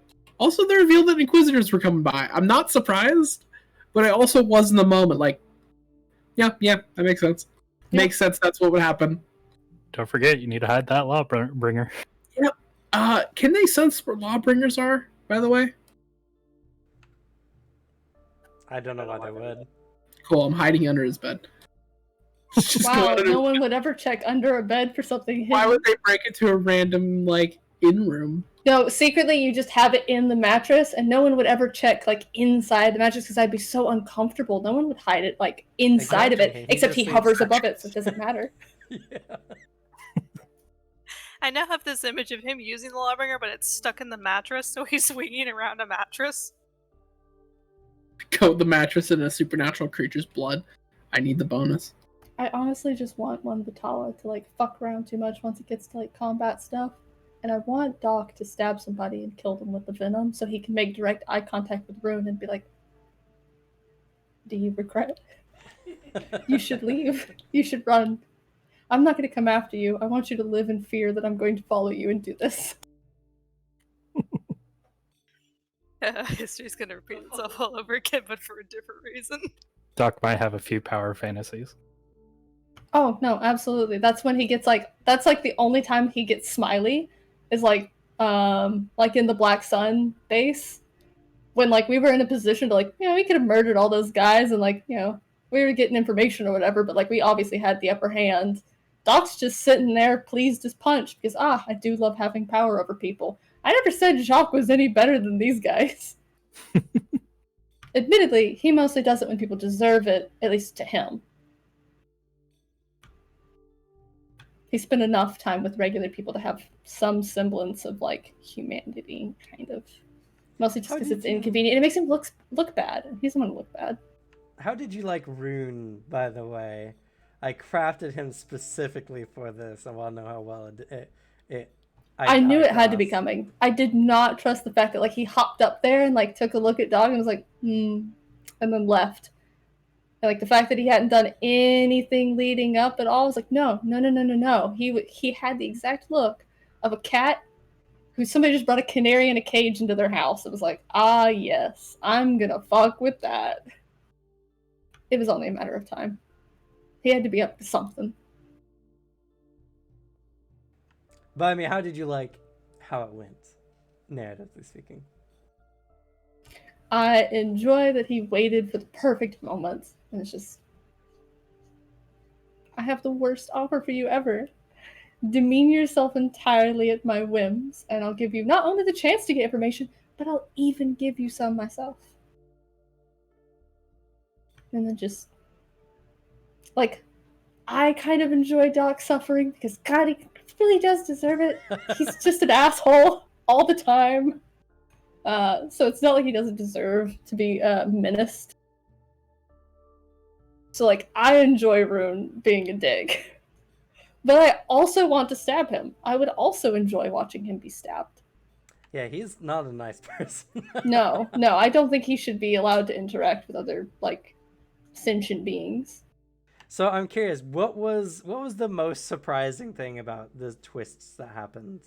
Like, what was the most like you had no idea this was coming thing to you guys? I mean, like I can imagine like Freaky Crow, like zonal magic, especially with like mind manipulation, because you already have Lilia doing that while she's walking around, with like the aura. So I don't. They already know she does that, so it wouldn't be too much of a stretch to employ something similar, especially because people know about them now, and to ensure that they don't bite the hand that eats instead of feeds. Um, so it's more in the blatant mass human sacrifice because they're all woke up now, except like, forgetting that there are more in Torpor who are, by all intents and purposes, they're never going to wake up again just because it'd be so much blood. But because he's such a powerful hemomancer, he's just like, yeah, we just sacrificed 50 of them and we get this. It's like, To oh like no. amongst Vitella, this is groundbreaking. This is the cure of cancer. He just solved the aging problem for Vitella. Except the cost of the aging problem is an entire species that is predominantly like populated the world now having extra reason to fear and hate you. And the few who are currently invested in like making things peaceful now also kind of want to kill you. Because before it's a game of, listen, maybe we can convince the Vitala to like chill and vibe, like we can work together, especially because, you know, if you make friends and people are loyal to you, humans are social animals, stupidly loyal to like inanimate objects. They'll like knock into a door frame and apologize to it. If you can hook that, like they'll fight for you. You won't be alone because you'll have hordes of people who are willing to throw their lives away at the drop of a hat for someone they like. Unlike the Vitala. But if you do that, alright, well now we might just have to kill you. Because like that's too much of a risk. You don't True. deserve the loyalty. True, but he only cares about the Vitella. Yep. And in his eyes, raising the elders back from torpor. I mean, each Vitella, especially at that age, is worth probably 50 humans. So. Yeah. Well, I mean, there's like also the second thing of like when they went to sleep, the machine wasn't broke. Humans weren't kicking around with as much power as they can now. There's It's more true, and more humans vastly who are, unaware of that. yeah. So like Doc's like pseudo mentioned it with like, you know, the world's changed. Things are not things are changing quickly. People are more and more aware because he himself went from knowing absolutely zero supernatural things to knowing that he's a psychic, multiple other psychic, multiple mages, whatever the fuck that bear man thing is. Set film with noises. Undead everywhere, Black Sun, like illegal magic item trade, creating armies of the undead akin to gods. There's a whole island out there that's got some weird shady shit happening.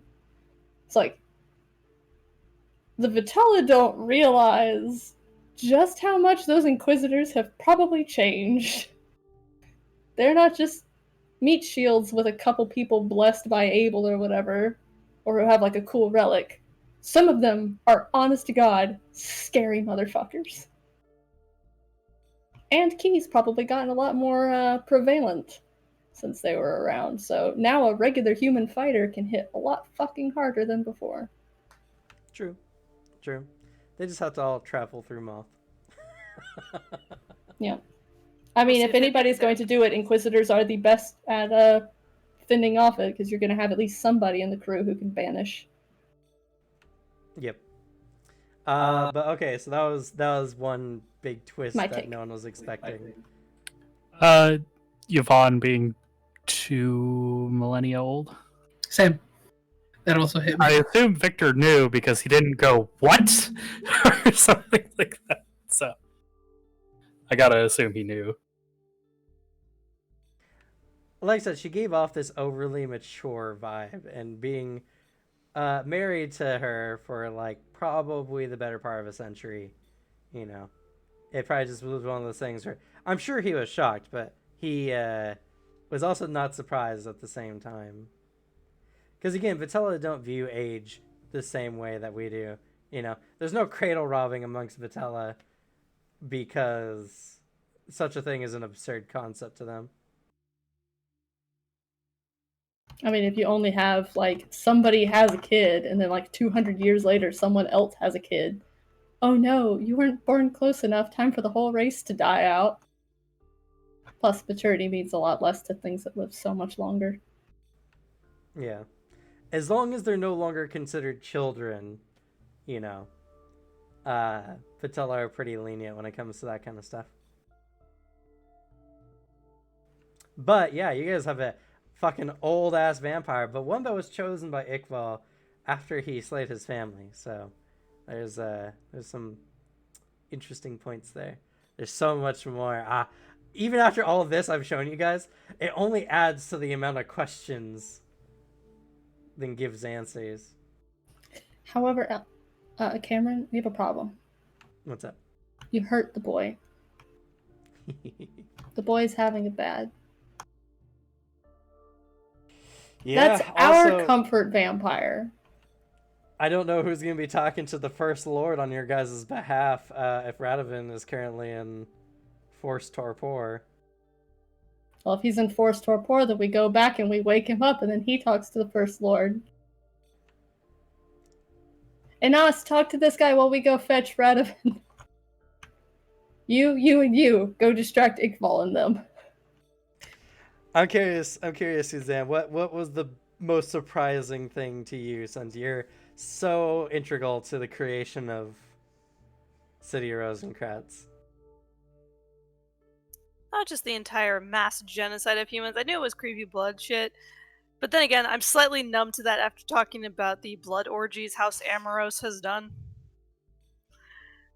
The least surprising thing was Bo having picked a successor. Was not too surprised about that. Makes sense. And if she wants to keep the peace in the family, it's better not to say who her choice is. Who do you think she chose? Out of all of them, Lilia seems to be the most candidate who is not middle of the road. I could see her picking Yvonne and Victor just because they would be the favorite, but Lilia seems to be the more middle of the road option in comparison to her other siblings. I mean, if she was ever gonna pick Yvonne, I feel like she just changed her mind hardcore. Yeah. Because you put your entire house in the pocket of Iqbal.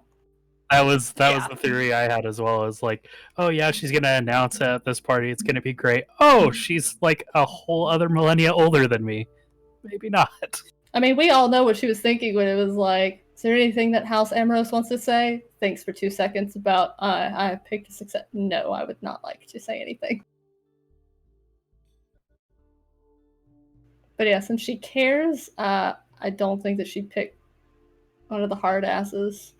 And if she was ever going to pick Yvonne, which I still don't think she would want a Rosencratz that close to power in her house. Mm-hmm. That's a real bad idea. Because if he murdered his whole family for getting in the way, that means he's not worried about Yvonne getting in the way. Who knows? Unfortunately, the Yvonne thing, just from our character standpoint, could go either way. It's like there's a possibility that we could get her to side with us, in theory, due to the rest of her family is slain thing. But on the other side, there's also the fact that he made her immortal, so it's like there's arguments for both sides, and I'm not sure how our having interactions will happen.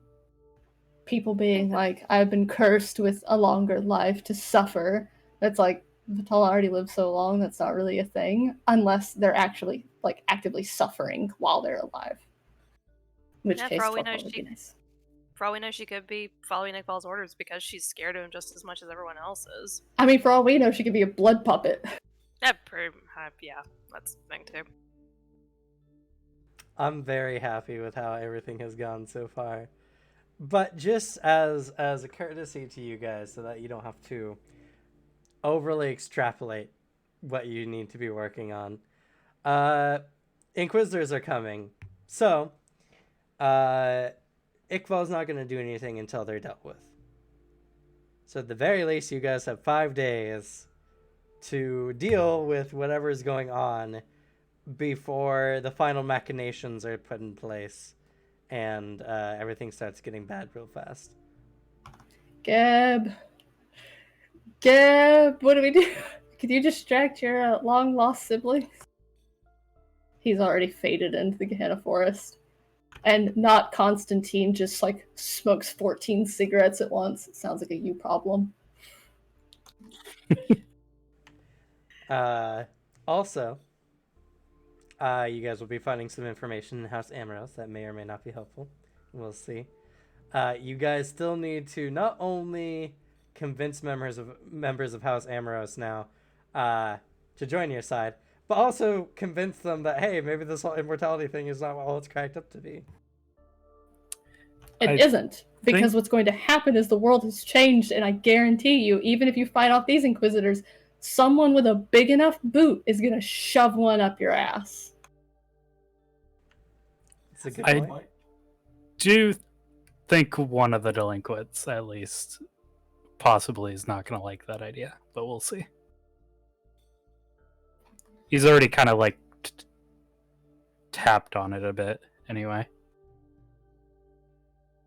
And the last thing you guys need to be focusing on, Radovan, who is kind of the one who is orchestrating literally everything, and has a plan to fill City Rosencratz with more different-blooded individuals, is currently in Forest Torpor in the basement of House Rosencratz. I don't know the place. I can't teleport. I can't save the boy. Arthur, we need to get your IV in him stat. To steal some of the blood from that juicy tub. Heck, if it's of desperation, Patella can use the blood of others. If it's a desperate move, though. Of their own kind, at least.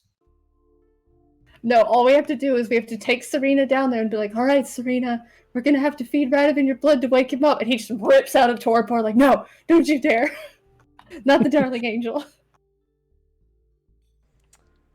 Also, so for your guys' notes, the 2 Crow members at the family dinner was Amadeus and Evilta.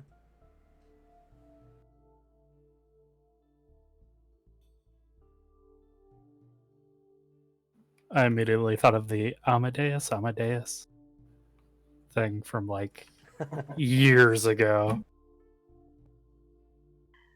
I'm not surprised, though, from what I've been hearing of the Devon's Crow character, how normal that character now seems in comparison to the rest of the family. I don't know what you guys are referring to. They just look creepy, but I mean, he was not much better, honestly. I don't know. He's nicer, I would say. I don't know. You don't know. The crows might be just as afraid of Iqbal as anyone else. As they're standing there with creepy smiles as they bring out blood for serving. Excuse me, Mr. First Lord, can you tell your kids to stop? I don't like what they're doing with your cool powers. It's bad. But I hope you guys are as interested as I am in the upcoming events, because everything is a lot deeper than it appears.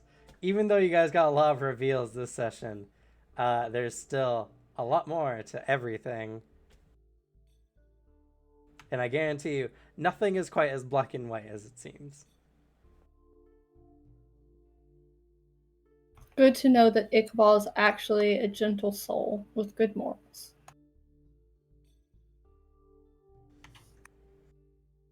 He's actually trying to save all the humans. Well,